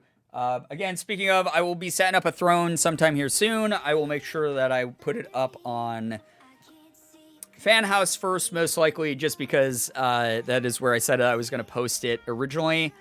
Because I still feel kind of weird about having public, but I'll most likely make a throne command for chat if you do ever feel like, instead of sending me money, but you want to support the stream, seeing me do specific certain things. The list, again, it's a wish list style website that is very similar to like Amazon wish list, except it's way safer for both the sender and the receiver of the gifts. And I can put stuff from Amazon and Etsy on it. So if there's cosplay that you guys really want to support, you can be like, hey, I got, $25. I'll buy that wig for Brian. There is going to be Lego sets. I'm going to put some Lego sets on it because I said I was going to try to build some Legos on stream. I think that would be really fun. Probably it's an automaton unless I just decide to buy my own. Cool stuff like that. So, again, completely optional. Not anything to pressure anyone into. Please never, ever, ever feel pressured about buying me things. It's just a cool way to support the channel if you want to see a different variety of content than what I've been doing recently. Morgan gave me the green light, so we are going to go ahead and we are going to start the raid here in a second. So make sure that you're sticking around. She's not going to be live the second that I raid over there, but she will be live very shortly after, like, I'm guessing, knowing her, like a minute 2 minutes, 3 minutes tops after we raid over there. So please stick around for the raid. Please hang out for the cozy, chill vibes with her. Just have a good time. She does really great things. And again, support her growth. I love seeing that she is like taken over the tarot category. She's really blowing up and getting a lot bigger here on Twitch. You know, we have all these oversaturated like gaming YouTubers. Let's get rid of all these stupid gaming YouTubers and support the hell out of someone who is trying out one of the new categories here on Twitch and starting to form the community over there in the right way. So please keep supporting her. I want to see her blow up. I want to see her surpass me in every fucking way, honestly. I would love to see that. All right, so we're going to start the raid. Guys, thank you so much for all the follows, the bits, the subs, the resubs, the gifted subs, the donations. Anything that came through today helps me. It allows me to do this as a full-time thing. It's really wild that I'm able to do this. Bigger and better streams on the horizon very soon because of that support. As long as we're supported here, it's very much something that goes back into the channel at this point. So please always keep that in mind. If you're ever nervous about like where your money's going or anything, it is to build up the community. It's for me to be able to do more and more content for you. So I hope that I'm putting out enough and good enough content for every single one of you. But I appreciate the company tonight. I appreciate everyone who just chilled out and lurked. If you just lurked and didn't participate in chat, it's awesome that you're here sharing your time. It's something that matters a lot to this community. You are donating time, which is the most valuable resource in the world. Hope you all have an absolutely wonderful morning, afternoon, evening, night, whatever it may be for you. You guys are the best in the world. I love every single one of you so very much. I really, really do. Finger hearts as usual. Gonna go ahead and end this stream here, and I will see you all in the next one. Hopefully by then I'll have heard back from some of the voice auditions I've done recently, and I will be able to announce cool games and projects that I'm in. But in the meantime, have fun over in Morgan's stream. Goodbye, everybody. Goodbye. Goodbye. Goodbye.